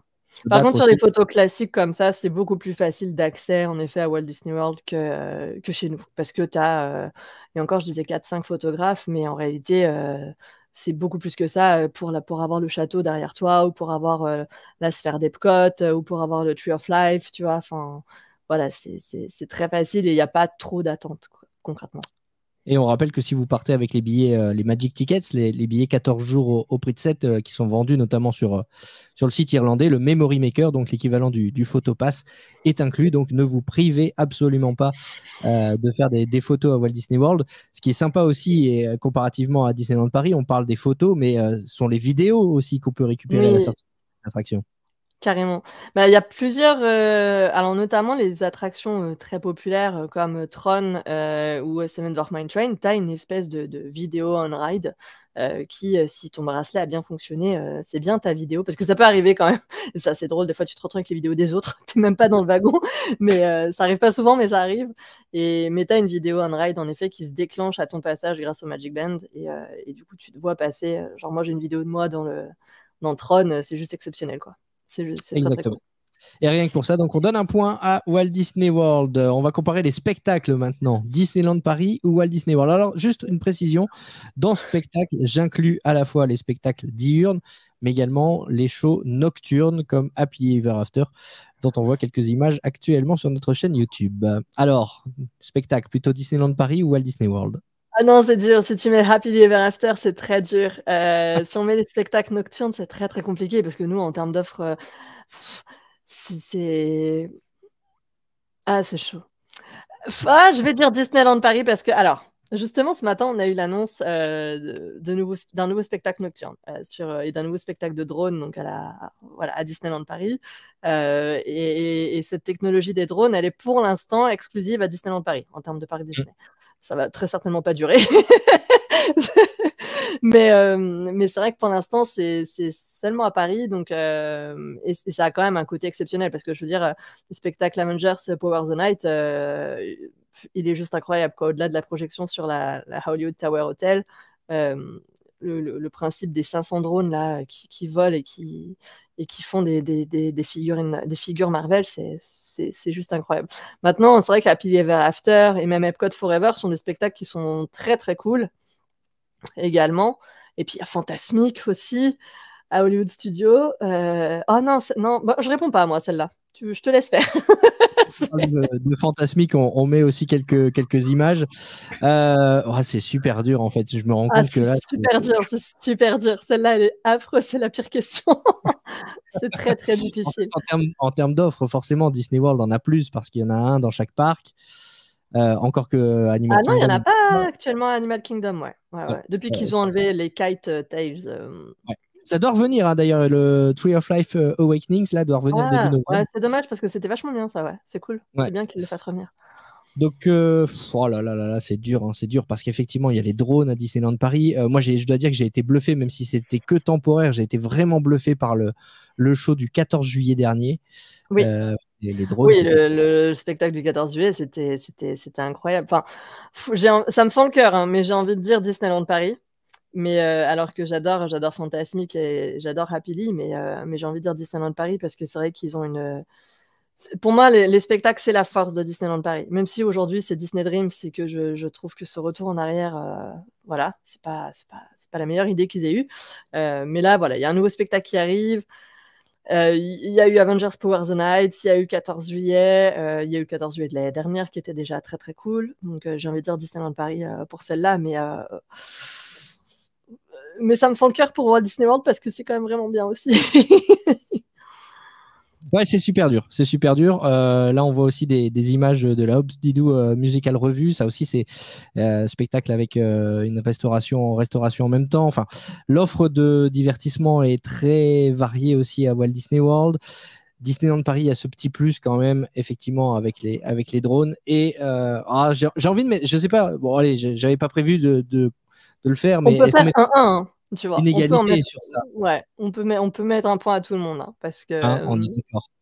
Ouais. Puisqu'on parle de show, effectivement, au moment où on enregistre, il y a eu des annonces qui ont été faites. Alors, au moment où sera diffusé cet épisode, on aura sûrement plus d'informations, mais on va en discuter un petit peu avec toi. Il y a effectivement un nouveau show avec une nouvelle séquence de drone qui est prévue pour Disneyland Paris. Et puis, il y a ce spectacle diurne aussi en journée. Donc, Let's Paint Winter with the Joys of Magic and Music. Donc, pendant les fêtes de fin d'année, on aura donc ce nouveau spectacle. Je dois dire que le visuel est assez prometteur. Oui, complètement. Non, mais c'est vrai que là, ils ont fait quelques petites annonces plutôt sympas ce matin. Je me suis pas encore penchée en détail dessus parce que j'ai pas repris au boulot. Mais les annonces sont plutôt prometteuses et ça fait du bien justement de voir un petit peu de nouveauté là sur Disneyland Paris parce que ça fait littéralement 18 mois là qu'on est dans le 30e anniversaire et forcément on sent que ça s'essouffle un petit peu, hein, c'est normal. Et on n'avait pas eu de vraie actualité comme ça, en tout cas de cette importance depuis très longtemps. On a eu pas mal de choses décevantes avec notamment l'annulation des soirées Halloween, de la soirée du Nouvel An, je crois aussi. Donc voilà, ce genre de nouveautés, ça fait du bien. Et puis savoir que c'est des spectacles qui sont clairement le point fort de Disneyland Paris, ça ne peut annoncer que du bon. On a eu Together quand même au parc des studios qui fait l'unanimité. Ah, pas tout à fait. Non, moi je suis pas ultra convaincue moi par Together personnellement. Et voilà, alors ça a fait plaisir à beaucoup de monde parce que encore une fois, voilà, on parlait tout à l'heure des personnages rares. Il y a des personnages déjà inédits pour le coup à Disneyland Paris avec Lotso, avec Pile Poil, qui sont du coup sortis sur ce spectacle-là. Des personnages très rares avec. T'es parti? Parce que j'ai plus les Non, visuels. je suis Non, c'est toujours là. bon. Avec des personnages qu'on voit très très peu, comme Carl Frederiksen, comme Russell, Doug, Bob Razowski aussi, Sully qu'on voit plus trop, qu'on voyait beaucoup mais qu'on voit plus trop, la bergère, etc. etc. Miguel aussi, et puis toute une scène Coco, etc. Donc je pense que voilà, l'attention s'est focalisée sur la présence de ces personnages, mais je suis pas ultra convaincue par le spectacle en lui-même. Together, mais c'est vraiment après voilà, ça enchante beaucoup de monde clairement à Disney, et puis c'était un peu la nouveauté de cet été là à Disneyland Paris. Et celui-ci de spectacle, est-ce qu'il te convainc plus puisqu'on a eu l'annonce Alors, également aujourd'hui, oui. Alice au Pays des Merveilles, donc un show sur Alice au Walt Disney Studios. Alors moi je suis une grande fan d'Alice au Pays des Merveilles, donc forcément de voir ça pique ma curiosité clairement. Et puis du coup c'est encore une fois c'est du renouveau. J'ai pas du tout regardé dans quel théâtre ça allait être joué par contre, si c'était à Studio Theater ou à Animagic Theater. Eh ben Donc, rien de tout ça, parce qu'a priori ce sera en lieu et place de Moteur Action. Ah d'accord, eh ben écoute, parfait, c'est cool parce que du coup cette scène n'était pas occupée, donc parfait. Et non, là vraiment ça m'interpelle. J'ai envie d'en savoir davantage, et pour le coup, ben voilà, si j'apprends avec toi que c'est sur Moteur Action, et cette scène qui était restée à l'abandon depuis ce qui aurait dû être la scène de Jungle Jive en 2020 et qui ne l'a jamais été, ben c'est bien de voir que voilà ils en font quelque chose, donc tant mieux. J'ai hâte de voir ce que ça peut donner. Alors encore une fois, on va parler avec les Par informations. contre, en termes d'intégration, c'est bizarre. Enfin, de localisation, je veux dire. C'est juste derrière Avengers Campus, ça. Voilà, c'est un peu ça en fait. Alors, certains disent que ça va faire la liaison avec les jardins à l'anglaise et donc. Ah oui, c'est vrai. Mais les informations qu'on a également, encore une fois, on parle avec les informations qu'on a à l'heure où on enregistre. Au moment où sera diffusé ce podcast, peut-être qu'on en aura plus d'informations, mais Disneyland Paris a lancé un casting pour recruter des artistes, des cascadeurs, des pratiquants de BMX notamment. Donc à voir un petit peu ce que ça va donner, mais c'est assez surprenant quand même, non? Ah d'accord, oui. Oui, clairement, ouais. Ouais. Écoute, on verra, hein, de toute façon, voilà, enfin, faut jamais. Avec Disneyland Paris sur les spectacles, on peut être surpris dans les deux sens. Donc, en tout cas, on ne peut pas leur reprocher de ne pas innover. Là, en l'occurrence, si vraiment on arrive sur un spectacle Alice au Pays des Merveilles avec du BMX dans le cocon de Moteur Action, là, on peut dire qu'ils nous ont surpris. Rien n'empêche de planquer le BMX derrière une carte à jouer, tu vois, ou voilà, ou qu'il y ait un habillage, enfin, que le truc ne soit qu'un moyen finalement de locomotion, je ne sais pas. Donc, à voir. Eh bien, en tout cas, ça confirme donc qu'on va donner le point. Oh non, on a dit qu'on faisait égalité. J'allais dire on va donner le point à Disneyland Paris, mais donc on va faire égalité parce qu'en termes de spectacle, aussi bien diurne que nocturne, c'est difficile de départager Disneyland Paris et Walt Disney World. On va reprendre notre petite battle. Donc sur les spectacles, égalité. Sur les hôtels à présent. Disneyland Paris ou Walt Disney World. Là, si vous nous regardez sur notre chaîne YouTube, on a fait volontairement le choix de mettre d'un côté le Disneyland Hotel et de l'autre le Grand Floridian Resort and Spa parce que dans l'architecture, c'est les hôtels qui se rapprochent le plus, évidemment. Oui, c'est la même thématique en réalité. Donc, c'est. Je dirais Walt Disney World. Je dirais Walt Disney World sur la partie hôtelière parce que déjà elle est plus accessible en termes de budget. C'est moins, comment dire. C'est très cher aujourd'hui de dormir à Disneyland Paris dans les hôtels Disney, alors que finalement Walt Disney World, si tu vas en hôtel value, ça reste abordable quand même. C'est plus facile d'accès, je trouve, financièrement. Et puis en termes de divertissement, même le plus petit hôtel, c'est-à-dire que tu sois au All Star Sports ou au Pop Century, il va y avoir des animations. Il n'y aura pas forcément des personnages, mais il y a des animations. Il y a tu vois, il y a Movies Under the Star certains soirs de la semaine qui diffusent donc des films Disney, Lucasfilm ou Marvel. Il va y avoir des ateliers avec les enfants gratuits à la piscine, que ce soit à la piscine, dans les salles d'arcade. Il y a le Brasero également. Tout ça, c'est des choses qui sont très cool pour les familles. Donc, il y a un côté plus vivant, je trouve, dans les hôtels à Walt Disney World. Et puis, encore une fois, les gammes sont vraiment, vraiment séparées en termes de budget, alors que chez nous, finalement, voilà, même s'il y a quand même une grosse différence tarifaire, bien sûr, entre le Santa Fe et le DLH, le Santa Fe en soi, tout seul, est déjà très cher. Et donc, voilà, je dirais Walt Disney World pour ça, parce que plus facile d'accès pour les familles. Plus facile d'accès, effectivement, en termes de prix. C'est assez surprenant. On dit souvent que si on enlève l'avion, ça coûte moins cher d'aller à Walt Disney World qu'aller à Disneyland Paris. Bon, tout est relatif, évidemment. Il faut comparer, mais c'est souvent le cas. Le point que je donnerais quand même à Disneyland Paris, le point positif, c'est que les hôtels sont vraiment très proches des parcs, ce qui n'est pas le cas à Walt Disney World. C'est tellement grand que forcément, ils sont obligés de développer l'offre dans les hôtels avec des films projetés au bord de la piscine, des animations pour les enfants. Parce que quand vous êtes à l'hôtel, vous êtes forcément loin d'un parc. Alors quand je dis loin, je le mets entre guillemets parce que le réseau de transport est tellement développé qu'on y arrive finalement rapidement dans les parcs. Mais néanmoins, faut savoir que, à part si vous logez au Polynesian ou au Contemporary et que vous pouvez rejoindre Magic Kingdom à pied, sinon vous êtes obligé de prendre un transport, alors qu'à Disneyland Paris, on peut tout faire à pied. Complètement. Oui, ça, clairement. Après, pour moi, les deux destinations là-dessus, je compare les hôtels vraiment, on va dire hôtel à hôtel. Mais si on compare la destination dans sa globalité, Walt Disney World, c'est une destination de vacances. Disneyland Paris, c'est une destination de week-end.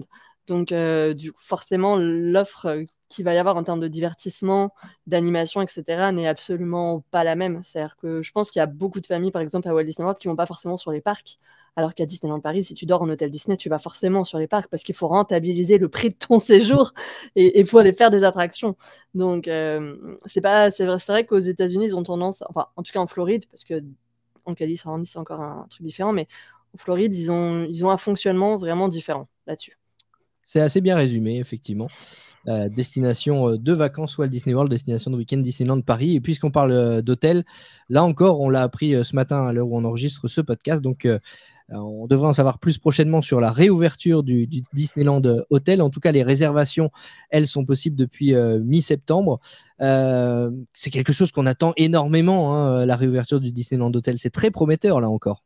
Ah, complètement, parce que pour le coup, le Disneyland Hotel, c'était un petit peu le dernier hôtel qui n'accueillait pas de franchise ou de thématique en rapport à des films, encore que les chambres avaient quelques petits clins d'œil à Blanche-Neige, à Peter Pan, à la Fée Clochette, etc. Mais c'était pas aussi marqué que ça pouvait l'être, par exemple, au Newport, au Marvel forcément, mais aussi au Sequoia, au Cheyenne ou au Santa Fe, chacun avec leurs thématiques respectives, qui sont arrivées après, bien sûr, lors de la réhabilitation, mais qui était donc plus marqué que le DLH. Le DLH, là, enfin, on a cette thématique princesse avec des chambres Frozen, des chambres... Il y a Vaiana, du coup, là, je vois qu'il y a également Aladdin qui est évoqué. Voilà, il va y avoir plein de choses. Ça va être surprenant. Et puis, pour le coup, ça va donner envie d'y aller plusieurs fois parce qu'une fois, tu auras une chambre d'une princesse, une fois, tu en voudras une autre, etc. Je ne sais pas si on pourra choisir, comme c'est le cas à Tokyo Disneyland. Mais en tout cas, c'est prometteur, quoi. Mais j'attends de voir les prix quand même. Parce que... parce que quand on dit que c'est moins cher d'aller à Walt Disney World que d'aller à Disneyland Paris, là en l'occurrence, je pense qu'il faudrait casser votre PEL pour aller au Disneyland Hotel. Maintenant, il faut voir si l'offre correspond au prix qui est demandé. C'est toujours la même chose. Je pense que les fans de Disney sont prêts à payer à partir du moment où il y a le service qui va avec. Moi, ce qui me hype pas mal dans cette annonce d'ouverture des réservations pour le Disneyland Hotel, c'est qu'on a vu dans un visuel les silhouettes de Merlin l'Enchanteur. Je trouve que c'est un film... qui n'est pas assez exploité. Et s'il y a une chambre ou en tout cas un bar ou je ne sais quoi thématisé sur Merlin l'Enchanteur, ça peut être vachement sympa pour les puristes ou pour les gens qui, comme nous, ont grandi avec des c'est vrai que c'est un film qui existe à Disneyland Paris. Je crois on a quand même la pierre mais quand tu vois par exemple derrière le château, on a un petit passage dans le pays des contes de feu, mais sinon il est très très peu exploité, quoi. Ouais, alors qu'à Disneyland en Californie, dans la parade Magic Happens, Merlin est là et c'est un personnage qui rencontre un grand succès. Donc, je trouve que c'est bien de la part de Disneyland Paris de l'exploiter. C'est en tout cas ce qui est a priori prévu si on en croit les visuels. Donc, pour les hôtels, on va donner le point à Walt Disney World. On va poursuivre avec la food, la nourriture, la restauration. D'un côté Disneyland Paris, de l'autre Walt Disney World. J'ai volontairement pas mis d'image de restaurant. J'ai juste mis un snack, le sablé d'un côté pour Disneyland Paris et le bretzel de l'autre pour Walt Disney World. Évidemment, l'offre est bien plus variée d'un côté comme de l'autre. Mais moi qui suis un grand gourmand, je sais déjà à qui je donnerai mon point, mais c'est toi l'invité, c'est toi qui vas nous dire. Alors, avant de commencer, parce que la food, c'est un de mes sujets préférés, avant de commencer, pour rentrer fraîchement de Floride, je tiens à préciser que ça a un petit peu changé. Aujourd'hui, l'offre restauration à Walt Disney World et certaines choses ont baissé en qualité ou vraiment augmenté en termes de prix, voire se sont standardisées pour certaines choses. Maintenant, même si en plus l'offre de Disneyland Paris a tendance à évoluer plutôt pour du mieux depuis quelques mois, années, avec l'arrivée des classiques, avec un changement de carte, avec la réouverture de certains restaurants, et puis d'autres nouveautés qui vont arriver aussi sur l'extension des Walt Disney Studios, etc. Walt Disney World gagne quand même haut la main ce challenge sur la food, parce qu'il y a une variété de snacks, voilà, une liste de snacks qui est incroyable, qui en plus varie selon les saisons. Là, il y a Halloween, donc il y a les snacks d'Halloween actuellement. Quand Noël va commencer, il y aura les snacks de Noël. Il y a le Food and Wine Festival aussi à Epcot, qui est juste incroyable gustativement. Et puis, ils ont un nombre de restaurants voilà, qui fait pâlir Disneyland Paris, clairement, quoi. Donc Walt Disney World gagne, je pense, en tout cas pour moi, haut la main, ce point-là, quoi. On est assez d'accord effectivement sur la food. Walt Disney World, c'est une variété incroyable d'offres de restauration. D'ailleurs, les gens sont souvent surpris quand on dit on peut manger varié rien qu'avec les quick service, avec les restaurants à service rapide, parce qu'on a cette image du fast-food encore plus dans les parcs d'attractions avec des burgers, des pizzas. C'est pas du tout le cas à Walt Disney World. Alors, pour moi, c'est justement cette partie-là qui s'est un petit peu standardisée, c'est-à-dire que je trouve que l'offre avant était plus variée au niveau des restaurants quick service. Aujourd'hui, c'est plus justement, malheureusement, je trouve, retomber un peu dans ces travers de burger, hot dog, pizza, même s'il y a encore des choses genre Sunshine Season à Epcot, par exemple, qui ont des offres plus équilibrées, entre guillemets. Mais je trouve que voilà, on est retombé dans ce cliché-là, même si encore une fois, on n'est pas sur le burger classique, genre le McDo, quoi. On est sur des choses un petit peu plus élaborées. Mais avant, c'était encore un level au-dessus. Je trouve que là, on sent qu'ils ont un petit peu rogné sur les coûts, enfin voilà, que la politique tarifaire de Disney, les coûts ne s'appliquent pas voilà, la réduction des coûts ne s'applique pas qu'à Disneyland Paris, elle se fait un petit peu partout. Mais ça reste quand même très bon à chaque fois, on mange très bien et on mange beaucoup surtout parce qu'ils ont des quantités, c'est les États-Unis quoi, donc ils ont des quantités astronomiques à chaque fois qui arrivent. Mais les snacks sont très très sympas aussi à Walt Disney World, et tu feras attention d'ailleurs lors de ton prochain séjour, mais ils ont le même problème que nous, à savoir qu'il y a plein de points de restauration comme ça, de snacks justement, qui ferment beaucoup plus tôt qu'avant, et on se retrouve un peu comme nous, tu sais, on a les cartes à Paris soit qui ne sont pas ouverts parce qu'on est en jour de faible affluence, soit qui ferment très tôt. Le problème est arrivé aussi là-bas, malheureusement. Ah ouais. Ouais, donc ouais. C'est à savoir. Je n'ai pas eu mon cinnamon roll de la taverne de Gaston à cause de ça. Je le vis très mal, tu vois. Ah ouais, parce qu'en plus tu peux manger 2 jours dessus, hein, tellement il est grand. Ah ouais, puis c'était un goal, quoi, tu vois, il était dans ma liste à fond. Enfin, et quand je suis arrivée à 17h et que j'ai vu le truc fermé, j'étais dégoûtée. Est-ce que tu as pu quand même déguster un Dole Whip? J'en ai pas pris cette fois-ci, mais ça par contre du coup c'était pas, enfin voilà, c'est bon, il y en a toujours. Il y en a même à Animal Kingdom maintenant. Donc, super. Je pense, tu soulignais la standardisation un petit peu des quick service. C'est vrai que on retrouve de plus en plus de burgers. Je pense notamment à un des restos les plus récents à Epcot qui est le Connection C3, où là, on a des spécialités de burgers, effectivement. Même un restaurant qui revient souvent quand on reçoit les auditeurs et qu'on leur demande quel est leur restaurant préféré, souvent le Satuli Canteen revient à Animal Kingdom. C'est vrai que c'est la cuisine un petit peu plus saine, mais même là-bas, on peut manger un burger un petit peu plus sophistiqué puisqu'il est dans un pain bao cuit à la vapeur. Mais on retrouve le goût du burger. Donc, vous voyez, même dans un restaurant comme celui-ci, ça peut satisfaire toutes les papilles. Puisqu'on parle des restaurants, on va faire une petite aparté sur ton séjour. Tu disais que la food, ça fait partie de tes domaines de prédilection. Oui. Évidemment, j'ai souvent tendance à dire, et je suis pas le seul, que Walt Disney World, ce n'est pas un parc d'attractions avec des restaurants, c'est un parc de restaurants avec des attractions. C'est pas faux, c'est pas faux. Est-ce que tu as un coup de cœur à donner à nos auditeurs, quelques restaurants que tu as testés récemment et qui t'ont conquise? C'est vrai que j'ai beaucoup aimé ça, tous les cantines, hein. Forcément, ça c'était vraiment très sympa. On a fait le Boma Café qui était très cool aussi, mais très bruyant. Maintenant, un coup de cœur à proprement parler à Walt Disney World, est-ce que je réfléchis un petit peu, parce qu'il y a beaucoup de fois on a mangé sur le pouce quand même. Je dirais ça à tous les... Ah si, j'ai oublié deux. Enfin, mais là aussi c'est des burgers. Le Sci-Fi Diner, c'était vraiment cool. Le Sci-Fi Diner à Hollywood Studios, du coup. C'est une expérience, hein, manger dans les voitures, dans les cabriolets. Ouais, c'était vraiment chouette. Pour le coup, je n'avais pas mangé de burger encore jusque-là sur Miami avant d'arriver. Et donc, je l'ai pris là-bas et sans regret, franchement, c'était vraiment excellent. Et l'ambiance, justement, pour le coup, c'est assez calme comme resto. C'est très posé, très chill et ça faisait du bien d'être dans cette ambiance-là. Et puis le côté drive-in à l'ancienne, années 50-60, là, c'était... Ouais, ça, je dirais le sci-fi, peut-être, en coup de cœur, cette fois-ci. Très Même bien. si j'ai eu plein d'expériences très sympas en termes de food aussi, quoi. Et est-ce qu'à l'inverse, il y en a un qui t'a plus déçu? Ah, j'ai été déçue par les churros. C'est anecdotique comme ça, hein. J'ai été déçue, mais en fait, j'ai mangé tellement de churros à Disneyland l'année dernière que du coup, je me réjouissais de savoir qu'il y en avait à Walt Disney World parce que je me souvenais pas qu'il y en avait. Et en fait, quand j'en ai pris, j'étais hyper déçue. Parce que déjà, ils sont plus chers, je trouve, ou alors ils ont augmenté de part et d'autre, je ne sais pas.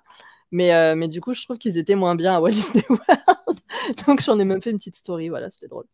Mais c'était voilà, le petit truc des autres. Mais après, il y a plein de choses où j'ai pas pris de risque. Typiquement, tu utilises en photo d'illustration le bretzel Mickey et son plastic cheese, comme ils appellent ça, et ils adorent ça, les Américains.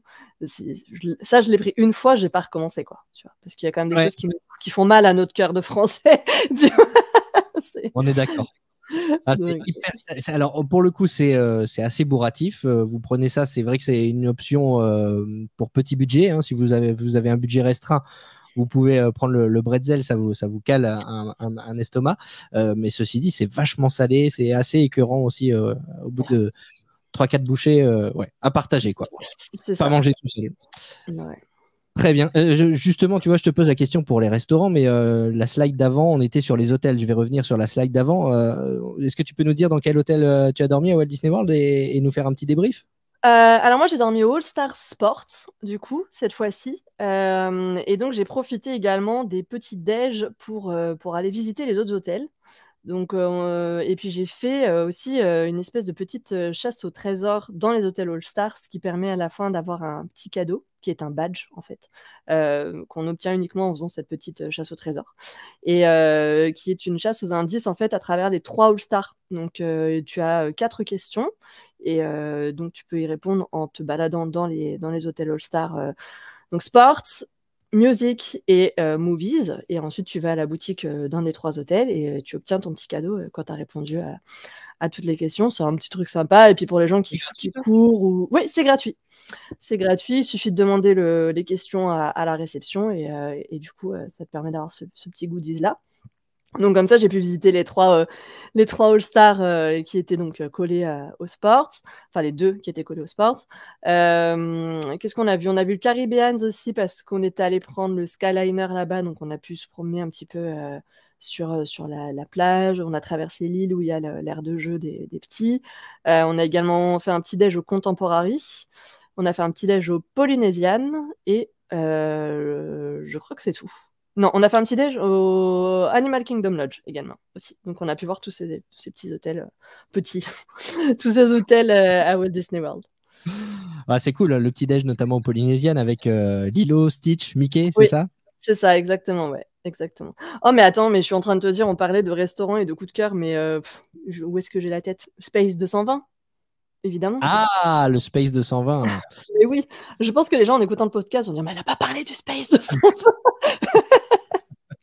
Donc ça reste au coup de cœur. Effectivement, on parlait d'expérience tout à l'heure en mangeant dans les cabriolets. Là, c'est aussi une expérience. On mange dans l'espace quand même. Exactement. Et ce qui est cool en plus, c'est que du coup, c'est accessible à 2 budgets. C'est si tu veux manger au resto avec des plats élaborés, etc., tu as la version donc restaurant. Et si tu veux juste boire un verre et grignoter un truc, tu peux prendre la version lounge qui, attention, part beaucoup plus vite en termes de réservation que la version resto parce qu'elle est Et beaucoup je moins te chère. confirme parce que je l'ai Voilà. réservé, j'ai pas eu la date que je voulais. J'ai Ouais, dû. c'est très très dur d'avoir le lounge, ouais. Et nous, alors, petite astuce si vous voulez, on a splitté notre réservation de 4 en 2x2 et on a réussi au moment du check-in à réunir les 2 réservations et à être quand même à 4. Voilà. Ah, c'est cool. Ouais, bonne Ouais. astuce. Donc, si jamais, je vous le dis, comme ça, vous pourrez vous aussi faire la même chose. En gros, on avait 2 réservations avec 5 minutes d'écart et ils ont réussi à nous caler en même temps. Et Donc, en lunch ou en restaurant? en lounge. Parce que Lunch, justement, ok. on n'arrivait pas à avoir pour 4 en lounge, il n'y avait plus de place. Et donc, on a fait 2x2 et c'est passé. Bon, alors je vais me poser une question totalement personnelle, mais qui va peut-être intéresser d'autres auditeurs, puisque je l'ai réservé en lounge, parce que comme tu disais, au niveau budget, c'est plus accessible. Mais néanmoins, forcément, j'imagine que les portions sont plus petites que dans le restaurant. Est-ce que c'est suffisant néanmoins pour faire un repas ou c'est vraiment Oui. pour faire un petit encas, quoi?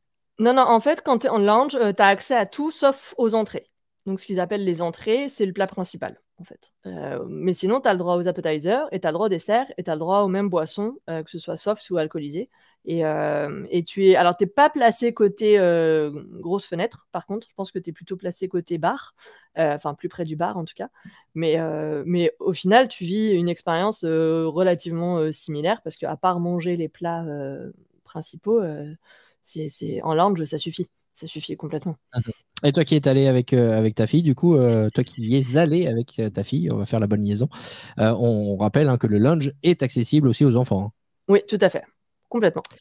Très bien, C'est d'ailleurs parfait. même limite plus intéressant de prendre ça en vrai pour eux parce que enfin voilà, nous ça nous époustoufle nous, mais les enfants sont moins intéressés finalement par l'expérience en elle-même. Ils sont voilà, c'est un resto, ça leur fait perdre du temps par rapport aux attractions.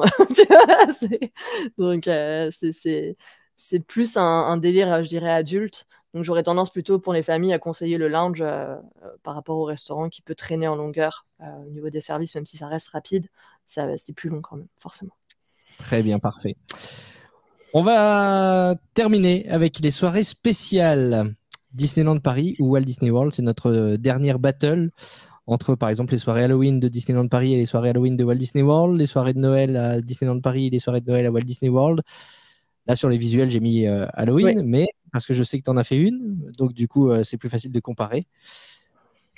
Ah bah là, je vais faire ma vieille rancunière. Je vais dire Walt Disney World, mais parce que tout simplement, ils nous ont supprimé les soirées à Disneyland Paris. Et que du coup, bien sûr, quand je dis supprimer les soirées de Disneyland Paris, je compte les soirées publiques. Je ne compte pas les soirées passes annuelles qui sont réservées à un certain type de public, en l'occurrence les passes annuelles. Maintenant, donc pour moi, c'est pas vraiment des soirées publiques, finalement. Donc, comme il n'y a plus de soirées à Disneyland Paris, publiques, en tout cas, ou accessibles au public, à part peut-être la Disneyland Pride, la Disneyland Paris Pride, clairement Walt Disney World. Ouais, alors il faut quand même souligner que les soirées spéciales à Walt Disney World représentent aussi un certain budget. Oui, c'est vrai. Le point négatif, quand même. C'est clairement. Alors, il y a 2 points négatifs, je dirais, sur les soirées de Walt Disney World. C'est peut-être 3 même. Tu vois. Un, le prix.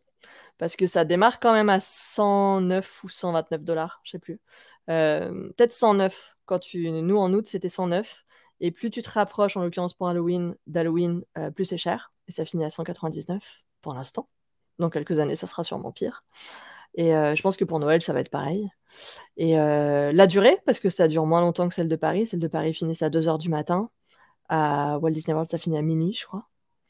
Et le renouvellement, peut-être aussi. Puisque c'est un peu la plainte des Américains que les soirées, donc Mickey Not So Scary Halloween Parties, c'est les mêmes chaque année. en fait. Il n'y a pas de, Mhm.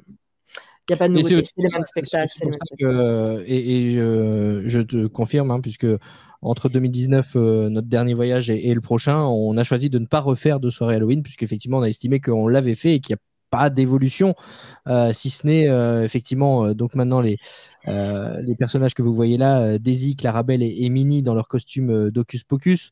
Bon, ça fait un peu cher pour juste voir trois personnages dans leur costume. Il y a Max qui défile aussi dans son costume de Powerline juste avant la Boutouillou Parade. Là encore, on a estimé que ça valait pas le coup juste pour ça de mettre le prix. Donc on a préféré mettre le budget ailleurs. Mais pour répondre à une question qui revient souvent parmi nos auditeurs, savoir si les soirées Halloween valent le coup. Je sais pas si tu seras d'accord avec moi. Moi, j'aurais tendance à dire qu'il faut la faire au moins une fois, mais une fois qu'on l'a faite, c'est peut-être pas nécessaire d'en refaire une. Je suis totalement d'accord avec toi. C'est-à-dire que je suis très contente. J'ai passé une excellente soirée, vraiment, une très très bonne soirée d'Halloween. Maintenant, je le referai pas parce que, comme on l'a expliqué, le prix est ultra conséquent. Donc, pour une famille, c'est quand même très lourd en termes de budget. On est sur plus de 100 $ la soirée. Donc, à 4, ben voilà. T'as 400 balles les quoi, 6 heures parce que c'est 18h minuit. Et 6 heures. encore, toi, tu es allé en août. Donc en août, les soirées sont moins chères que quand tu pars en Voilà. octobre. Plus tu te rapproches de la date d'Halloween, plus c'est cher. Exactement. Donc, non, je suis contente. Je l'ai fait une fois, c'est cool. Et autant je referai la Oogie Boogie Bash Party parce qu'elle se renouvelle à Disneyland Resort en Californie. Autant la Mickey Not So Scary, je pense pas que je la referai. Je suis contente, je l'ai fait une fois, c'est cool. Et voilà, comme tu l'as Parfait. expliqué. C'est l'heure du bilan. On va faire les totaux. Et donc, on est à 1, 2, 3, 4, 5, 6, 7, 8, 9, 10, 11, 12 points pour Walt Disney World. Et donc, 8 points, si je ne me trompe pas. 1, 2, 3, 4, 5, 6, 7. Non, 7 points. Du coup, oui, il y avait 19 slides. Du coup, c'est Walt Disney World qui l'emporte, mais on peut dire que Disneyland Paris s'est bien battu quand même. Complètement. Non, mais il y a plein de choses qui sont quand même très sympas à Paris. Et voilà, encore une fois, les deux destinations sont difficilement comparables parce que, ben, voilà, nous, on a 2 parcs, ils en ont 4. Ils ont des parcs aquatiques que nous n'avons pas. Ils ont littéralement des dizaines d'hôtels. On en a 7. Et puis, au-delà de ça, il y en a un qui est une destination de vacances longue durée et l'autre qui est une destination de week-end, comme on l'a expliqué. Donc c'est voilà, ça se compare parce que c'est Disney et je dirais que on commence par Disneyland Paris et puis le goal finalement de beaucoup de fans c'est d'aller à Walt Disney World, peut-être un peu plus que d'aller à Disneyland Resort, mais ouais c'est un peu un passage obligé pour les fans Disney d'aller à Walt Disney World. Est-ce que c'est pas la destination ultime? Et quand je dis ultime, c'est celle à faire en dernier. Parce que le rêve de beaucoup de fans, c'est de faire tous les parcs Disney. Est-ce qu'il ne faut pas terminer par Walt Disney World? Parce que Walt Disney World, une fois qu'on y est allé, on n'a qu'une envie, c'est quand même d'y retourner et on a plus de mal ensuite à aller vers les autres parcs. Ah, je sais pas. Oui, peut-être que c'est une bonne stratégie, en effet. Après, ça dépend encore une fois de ses attentes. C'est-à-dire que pour le coup, Walt Disney World peut être une destination à part entière dans le sens où tu peux, pour tes vacances, n'aller qu'à Walt Disney World. Tu vois. C'est-à-dire que tu bookes ton billet d'avion, tu fais un Paris-Orlando, tu restes 10 jours là-bas, tu fais du Disney, du Universal, et voilà. Alors que pour le coup, tous les autres parcs, au même titre que Disneyland Paris, se réservent en complément d'une autre ville, tu vois. C'est-à-dire que tu vas difficilement, ou rarement en tout cas, à Disneyland Resort, juste pour Disneyland Resort. Souvent, tu couples ça à Los Angeles et t'en profites pour faire les studios de cinéma, etc., voire faire un road trip. Pareil pour Tokyo Disneyland. En général, t'en profites pour faire également Tokyo, le Japon, et puis Hong Kong et Shanghai, à la limite, se complètent tous les deux. Et Paris, il y a très peu d'étrangers qui viennent de très loin seulement pour faire Disneyland Paris. En général, ils font une journée à Disneyland Paris et puis ils vont à Paris. Donc, Walt Disney World, c'est peut-être la seule destination qui suffit à elle-même, alors que les autres sont réservés en complément d'un city trip ou d'un road trip dans le pays du parc en question, quoi. Encore que quand on va à Walt Disney World, on fait souvent un détour aussi par Universal Studios, voire par Miami. C'est ton cas sur ton dernier voyage? Tout à fait. Raconte-nous un petit peu justement alors, comment tu as construit ton voyage en Floride. Alors, au niveau de l'organisation, en Allemagne, il y a pas mal de gens qui sont revenus vers moi en me demandant par quoi j'étais passée pour l'organiser. Et en fait, je suis passée par personne. En fait, je l'ai fait toute seule parce que c'est un peu finalement mon métier que d'organiser des voyages en plus Disney. Et la Floride, j'avais déjà été, donc j'ai organisé ça toute seule. Et je pense que voilà, à l'avenir, les contenus que je vais proposer, que ce soit sur mon site ou sur mes réseaux, aideront les gens à pouvoir faire la même chose. Donc, j'ai construit ça de manière vraiment comme des vacances d'été où tu as envie de profiter, de te détendre. J'étais pas du tout en mode marathon, par exemple, à Walt Disney World, comme on peut l'être peut-être sur un premier voyage. J'ai commencé par faire quelques jours à Miami. Ensuite, on est remonté à Orlando. On a fait 3-4 jours. 3 jours, 4 jours, je sais plus, à Universal. J'ai fait donc les 3 parcs, Universal, Orlando, Island of Adventure et Volcano Bay.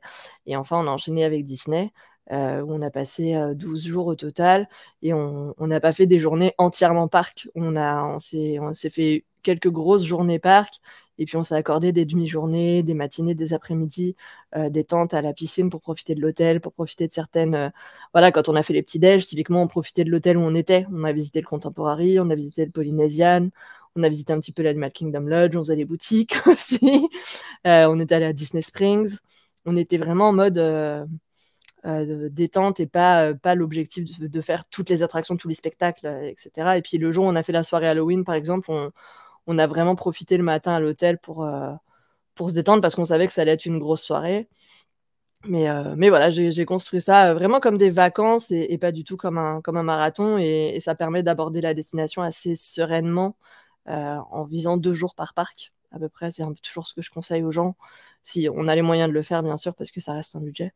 Et c'était très cool. C'est un petit challenge au niveau météo parce qu'on ne le savait pas avant de partir, mais on est tombé sur une semaine historique en termes de canicule en Floride. Donc, on avait des ressentis je vais faire peur à tout le monde en disant ça, à 49. Donc, c'était un peu costaud. C'est justement, le mois d'août, il fait toujours aussi chaud en Floride. Bah oui, il fait même plus chaud que d'habitude. Alors, normalement, il ne fait pas aussi chaud. Concrètement, la dernière fois où je suis partie au mois d'août, alors moi, ça ne me fait pas peur, la chaleur, surtout là-bas, parce qu'il y a quand même beaucoup d'air, beaucoup d'humidité, donc c'est supportable à partir du moment où on s'hydrate beaucoup, etc. Mais c'est vrai que là, on était sur un été record, même eux là-bas le disaient, hein, et on avait des ressentis à 49, et là, c'était très compliqué, d'autant qu'on connaît la clim chez les Américains, c'est très violent comme écart. Donc, on passait de 49 dehors à 19 dans le bus ou dans les attractions, etc. C'est plutôt ça qui était difficile en réalité. C'était ces chocs à chaque fois thermiques qu'on avait, quoi.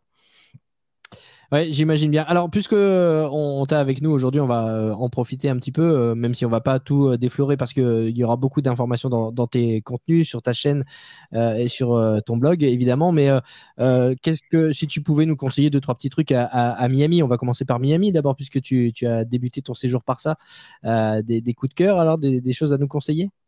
Miami, je dirais de plutôt résider sur Miami Beach, parce que donc Miami, on ne le sait pas forcément, mais est coupé en 2 parties. Il y a Miami Downtown, qui est donc côté terre, et Miami Beach, qui est une espèce d'île, voilà, donc qu'on accède d'ailleurs via des ponts qui sont payants. Donc il faut soit une voiture, soit y aller en Uber. Idéalement, si vous avez une voiture, c'est quand même beaucoup plus simple après de se balader dans Miami. Donc voilà, surtout si on est en famille, c'est clairement plus pratique pour pouvoir aborder sa visite là-bas. Après, il y a pas mal de choses à avoir, mais Miami Beach en lui-même, c'est déjà très sympa. Voir le temps qu'on a envie d'y consacrer, hein, si on a juste envie de faire la partie Ocean Drive, c'est déjà très dépaysant. Et si on a l'occasion de le faire, le temps et le budget pour descendre jusqu'à Key West, c'est vraiment très très cool également. Je ne l'ai pas fait cette fois-ci. Mais je l'avais fait la fois d'avant et c'était vraiment, vraiment génial. Et nous, on a visité la Villa Vizcaya à Miami, qui a été un lieu de tournage pour Bad Boys 2 et pour Iron Man 3, pour les fans Marvel. Qu'est-ce qu'on a fait aussi? On a fait une piscine vénitienne. En gros, je faisais une attraction, ou en tout cas une grosse visite par jour. Et après, on était en mode détente. Ça permet de ne pas avoir des journées trop stressantes quand on est sur ce genre de voyage. Très bien. Ensuite, tu as enchaîné avec Universal. Alors, la question que se posent tous les fans de Disney, quand on est fan de Disney, faut-il aller à Universal? Pas forcément. Honnêtement, je connais quelques fans de Disney qui vont pas à Universal. Parce qu'en plus, Universal, c'est quand même beaucoup d'attractions à sensations. qui sont très très costauds et bien plus costauds d'ailleurs qu'à Walt Disney World ou même dans n'importe quel autre parc Disney dans le monde. Et maintenant, c'est vrai que si on est fan d'Harry Potter, Universal, c'est un peu un passage obligé, quoi.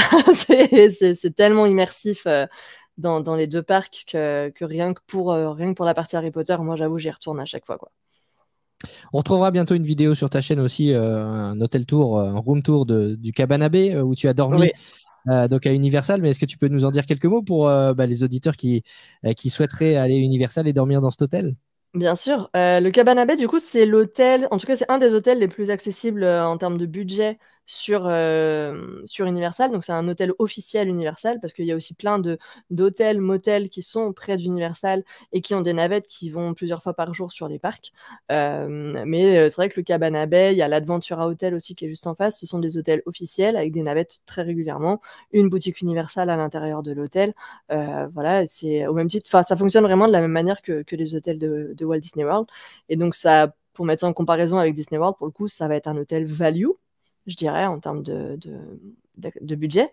Et c'est un hôtel un peu très pastel, très rétro, très années 50-60, plutôt familial, avec un côté familial et un côté chambre standard, et avec deux superbes piscines, du coup, une de chaque côté. Et ça fonctionne exactement comme un hôtel Disney. Il y a un food court, il y a une boutique, il y a quelques services en plus qui vont aussi ressembler potentiellement à ce qu'on se trouve dans certains hôtels Disney. Et ils font également depuis quelques temps les films près de la piscine certains soirs de la semaine, en fonction des conditions météo, bien sûr. Et il y a des bras zéro. Voilà, enfin, c'est très très sympa et l'ambiance est vraiment géniale. Pour le coup, au Cabana Bay, on s'y sent super bien. Et il y a un Starbucks dans l'hôtel, tiens, voilà. Ah, bon, ça va. Ouais, Bon. exactement. Ce qui n'est pas déplaisant, c'est vraiment la Lazy River dans cet hôtel. Ouais. C'est vraiment, en plus, on est tout proche de Volcano Bay. Mais on peut y aller à pied, en fait. Il y a un accès vraiment privilégié pour les hôtels, les clients de l'hôtel Cabana Bay. Et tu y vas, mais c'est littéralement à 50 mètres, en fait. Nous, on était côté chambre standard, donc côté Lazy River, pour le coup. Et en fait, quand tu sors, l'entrée est, je pense qu'elle est à moins de 100 mètres de la Lazy River, l'entrée à Volcano Bay, honnêtement. Donc, c'est vraiment appréciable pour le coup. Ouais, pour le coup, tu peux y aller un petit peu le matin, faire une journée de parc, ou alors faire ta journée de parc et puis retourner à Volcano Bay le soir. C'est vraiment assez agréable. Ouais. C'est cool. Donc, et donc à Universal, toi, tu y vas essentiellement pour les lands d'Harry Potter? Oui, clairement oui. Je vais plutôt pour ça. Après, j'ai aussi profité du reste là cette fois-ci, mais pour moi, voilà, l'intérêt principal en ce qui me concerne, c'est les lands d'Harry Potter, quoi. T'as fait Vélocicoaster quand même? Oui, j'ai fait Vélocicoaster, plus jamais. Plus jamais. Non, c'est très bien fait, hein. Je pense que les fans de coaster adorent et vont adorer le coaster en question. Maintenant, c'est trop pour moi. C'est trop. Mais c'est très, très confortable. C'est super doux. Enfin, doux, je m'entends. Je veux dire, ça tape pas. On n'a pas l'impression d'être une balle de flipper, pour reprendre les termes que tu avais tout à l'heure. Mais waouh, ça. Puis alors, la dernière montée, là, j'étais pas prête, hein, parce que ça te propulse littéralement. En fait, tu vas déjà très vite tout le long du coaster. Tu as déjà des vrilles. Et puis surtout, tu es suspendu. Vraiment. Tu n'as pas de harnais sur les épaules. Tu as juste une barre qui te tient au niveau de la taille, un petit peu comme je crois que c'est le Silver Star à Europa Park. Mais moi, j'ai l'habitude souvent d'avoir au moins mes pieds qui touchent le sol ou qui touchent quelque chose, tu vois. Mais là, tu as vraiment les pieds suspendus, en fait. Tu ne tiens à rien. et du coup, c'était... ouais. Mais c'est génial, hein. Mais je le referai pas. C'est bon. Merci. Mais c'est très, très bien fait. Les gens qui nous écoutent savent à quoi s'attendre. Tiens, d'ailleurs, en parlant d'opinion un petit peu impopulaire, puisque tu as enchaîné ensuite avec Walt Disney World, j'ai cru comprendre qu'il y avait une attraction que beaucoup de gens aiment, que tu n'as pas forcément. Tu as vu mes stories. Ouais. Unpopular opinion, je n'ai pas aimé l'attraction Gardien de la Galaxie. Et là, on perd la moitié des gens, je pense. Non, j'ai pas. Non, en fait, je m'explique pourquoi j'ai pas aimé. Parce qu'en soi, l'attraction est très très bien faite. C'est une très belle performance technique et je reconnais complètement la qualité du ride, etc. Et la qualité de la file d'attente, tout ça, tout ça. Voilà, c'est très bien fait, c'est une bonne expérience. Maintenant, moi, j'ai été déçue parce que j'avais absolument rien regardé sur que ce soit des POV, tu vois, sur YouTube ou des photos. Je savais pas du tout à quoi m'attendre. Et donc, faut savoir que cette attraction est accessible en individual Lightning Lane, donc payante. Donc à 7h le matin, je crois que ça ouvre, un truc comme ça. Ou en virtual line, donc pareil, tu réserves soit avec le créneau de 7h du matin, soit avec le créneau de 13h. Et on avait donc réservé via le créneau de 13h, et notre horaire de passage, on pouvait revenir entre 19h et 20h. Et on est arrivé à 20h, en fait, en se disant, ok, ça va faire comme Tron, tu passes, enfin, t'es appelé, tu passes direct, en fait, t'embarques, et voilà, puisque ça fait déjà concrètement 6 heures que t'es dans la file d'attente. Donc, une fois que t'y es, t'y es. Tu vois. Et en fait, pas du tout. En fait, une fois qu'on y est, on a encore attendu quasiment 1 heure. Et, Ah oui. ouais. Et en fait, ça nous a complètement gâché l'expérience. Et moi, j'avoue que je n'ai pas su passer au-delà de ça. C'est-à-dire que je l'ai fait avec Lydie, donc mon amie qui était là aussi sur ce ride-là. Elle, voilà, elle a profité du truc, elle a kiffé et tout. Mais moi, j'ai pas su passer au-delà de cet agacement d'avoir attendu encore quasiment 1 heure à l'intérieur, même si la file d'attente était très cool et que c'était sympa. Pour moi, attendre tout ce temps-là pour un ride et des gros écrans, bah, j'étais pas contente du coup. Donc j'avoue que ça m'a gâché un peu le moment. Maintenant, je dirais que c'est, pour comparer avec des choses qu'on connaît à Disneyland Paris, c'est un mélange de Flight Force, de Crush Coaster, de manière survitaminée, et c'est ce que je pense aurait dû être Flight Force si ça avait été bien à Disneyland Paris. Voilà, mais c'est pas... Non. On l'a pas refait, par exemple, tu vois. C'est pas quelque chose après où on a eu l'occasion de le refaire et on l'a pas refait parce qu'on s'est dit tout ça pour ça, en fait. C'est vrai qu'on n'a pas comparé dans l'épisode. On aurait pu comparer Flight Force et Rock'n'Roller Coaster à Hollywood Studios. On l'a pas fait, mais on a bien compris où ton cœur balancerait. Bah, pas à Flight Force, du coup. À l'inverse, est-ce qu'il y a... Bah voilà, je vais te poser les questions que je pose traditionnellement aux auditeurs qui viennent nous raconter leur séjour. Quel est ton top 3 des attractions à Walt Disney World, celles qu'il faut absolument pas manquer? Après, mon top 3, moi, il est vraiment... je pense qu'il est vraiment différent de l'opinion publique parce que moi, j'adore les vieilles attractions, tu vois. Enfin, on en parlait tout à l'heure avec Space Mountain, mais je vais aimer le Carousel of Progress, je vais aimer le People Mover, j'aime bien Space Mountain dans sa version rétro, j'aime bien le pavillon de Figment, j'aime bien le pavillon The Land, tu vois aussi. J'aime bien Spaceship Earth aussi à Epcot, toutes ces attractions qui, pour plein de gens, sont ultra vieillottes. Moi, c'est des choses que j'aime bien, ouais. Donc, et Tiki Room aussi, j'adore également. Jungle Cruise, voilà, même s'il faut un petit niveau d'anglais pour arriver à vraiment comprendre ce qu'il nous raconte. Le Skipper. Et voilà, ce genre d'expérience, c'est des choses que j'aime bien. Je suis pas... Alors, Tron était génial, hein, par contre, voilà, on va pas se mentir. Tron était très très cool. Visuellement, c'était très très beau. Et puis, j'adore le film, j'adore la bande originale de Daft Punk et tout. Donc, forcément, j'étais super contente de pouvoir la faire 2 fois. Mais puis en plus, j'ai fait une version de jour et une version de nuit. C'est vrai que de nuit, ça claque quand même. Ouais. Mais ouais, c'est vrai que moi, j'ai plutôt tendance à aimer les vieilles attractions. J'aime bien Haunted Mansion aussi, forcément. Voilà, j'essaie de penser à d'autres choses. Oh, j'ai pas mis Flight. Ouais, bon top 3. Hein. J'ai pas mis de... Ouais, oui. J'ai pas mis Pandora, par exemple, dedans. Parce que j'aime pas Avatar, par exemple. Donc voilà, il y a plein de gens qui mettront Flight of Passage, mais comme j'aime pas le film d'origine, je le mets pas dedans. Mais ouais, les attractions désuètes. Tu sais, celles qu'ils ont tendance à supprimer. C'est celles-là que j'aime bien, moi. Je comprends parfaitement et je te rejoins sur ce côté-là. C'est vrai que c'est plutôt cool.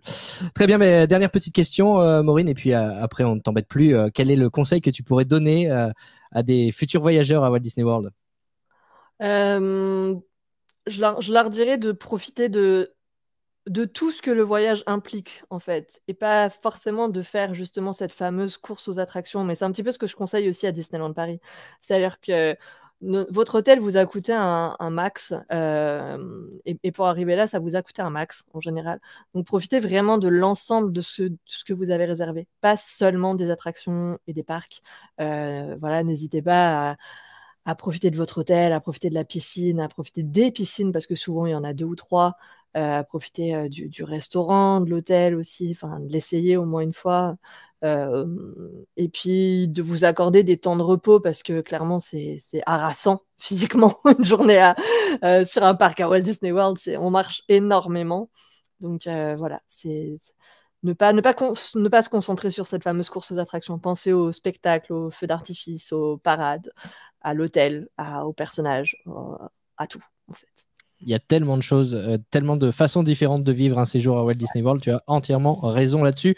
Et puis surtout, juste se dire qu'on ne pourra pas tout faire. En fait, faut accepter cette idée déjà d'entrer avant même de partir, je pense.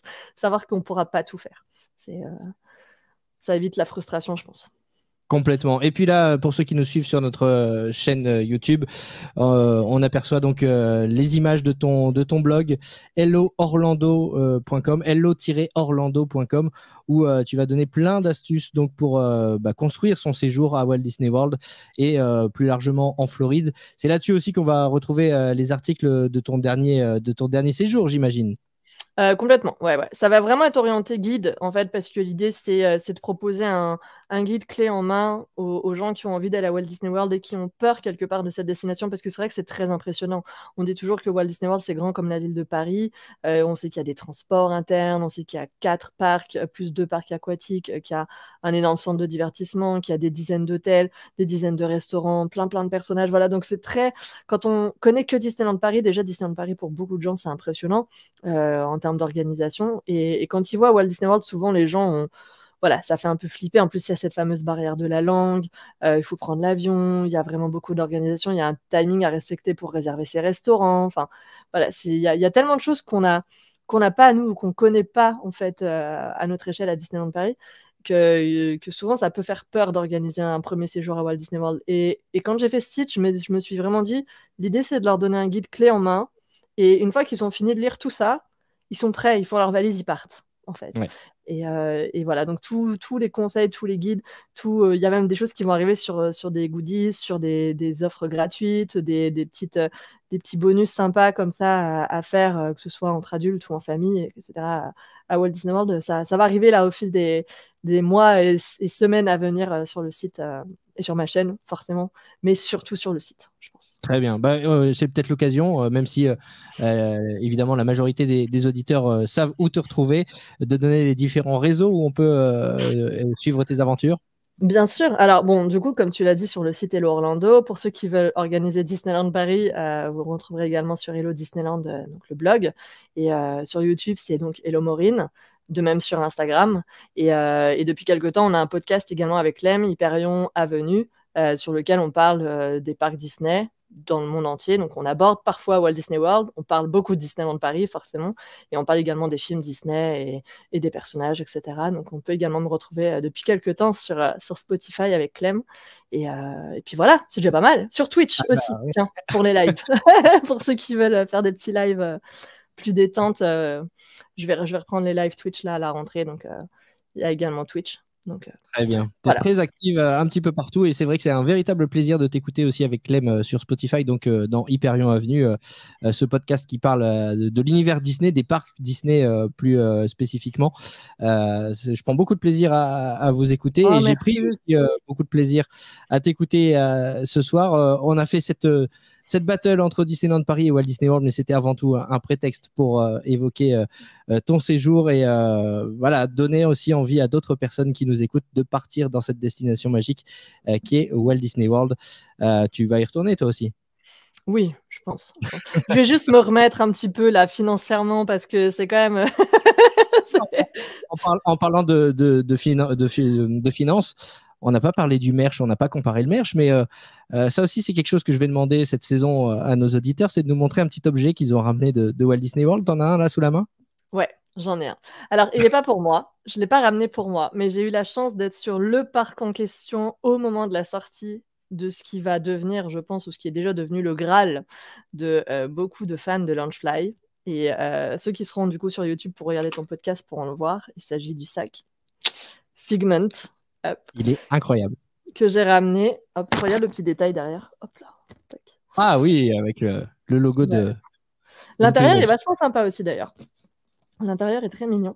Et que j'ai ramené donc pour Tim, qui l'a vu passer le matin sur Insta et qui m'a direct envoyé un message. Et malheureusement, voilà, encore une fois, on parlait des problématiques qu'on a à Paris et qu'ils ont également donc aux États-Unis, parce que ça s'applique à Walt Disney World, mais également à Disneyland, malheureusement. Dès 14h, les revendeurs sont passés et le sac a été sold out. Voilà. Ouais, et à mon avis, ça va être très compliqué de refaire du stock dans les prochaines semaines. En tout cas, tu as réussi. Ça va revenir, mais ils savent pas quand. Voilà, ils savent pas quand. Très bien. Merci beaucoup, Maureen, d'avoir été avec nous aujourd'hui pour nous parler de Walt Disney World et de Disneyland Paris. C'était un véritable plaisir. Je rappelle qu'on te retrouve donc dans Hyperion Avenue. Hello Disneyland, Hello Orlando, sur Twitch, sur YouTube, sur Instagram, enfin bref, partout. Finalement, dans la sphère Disney.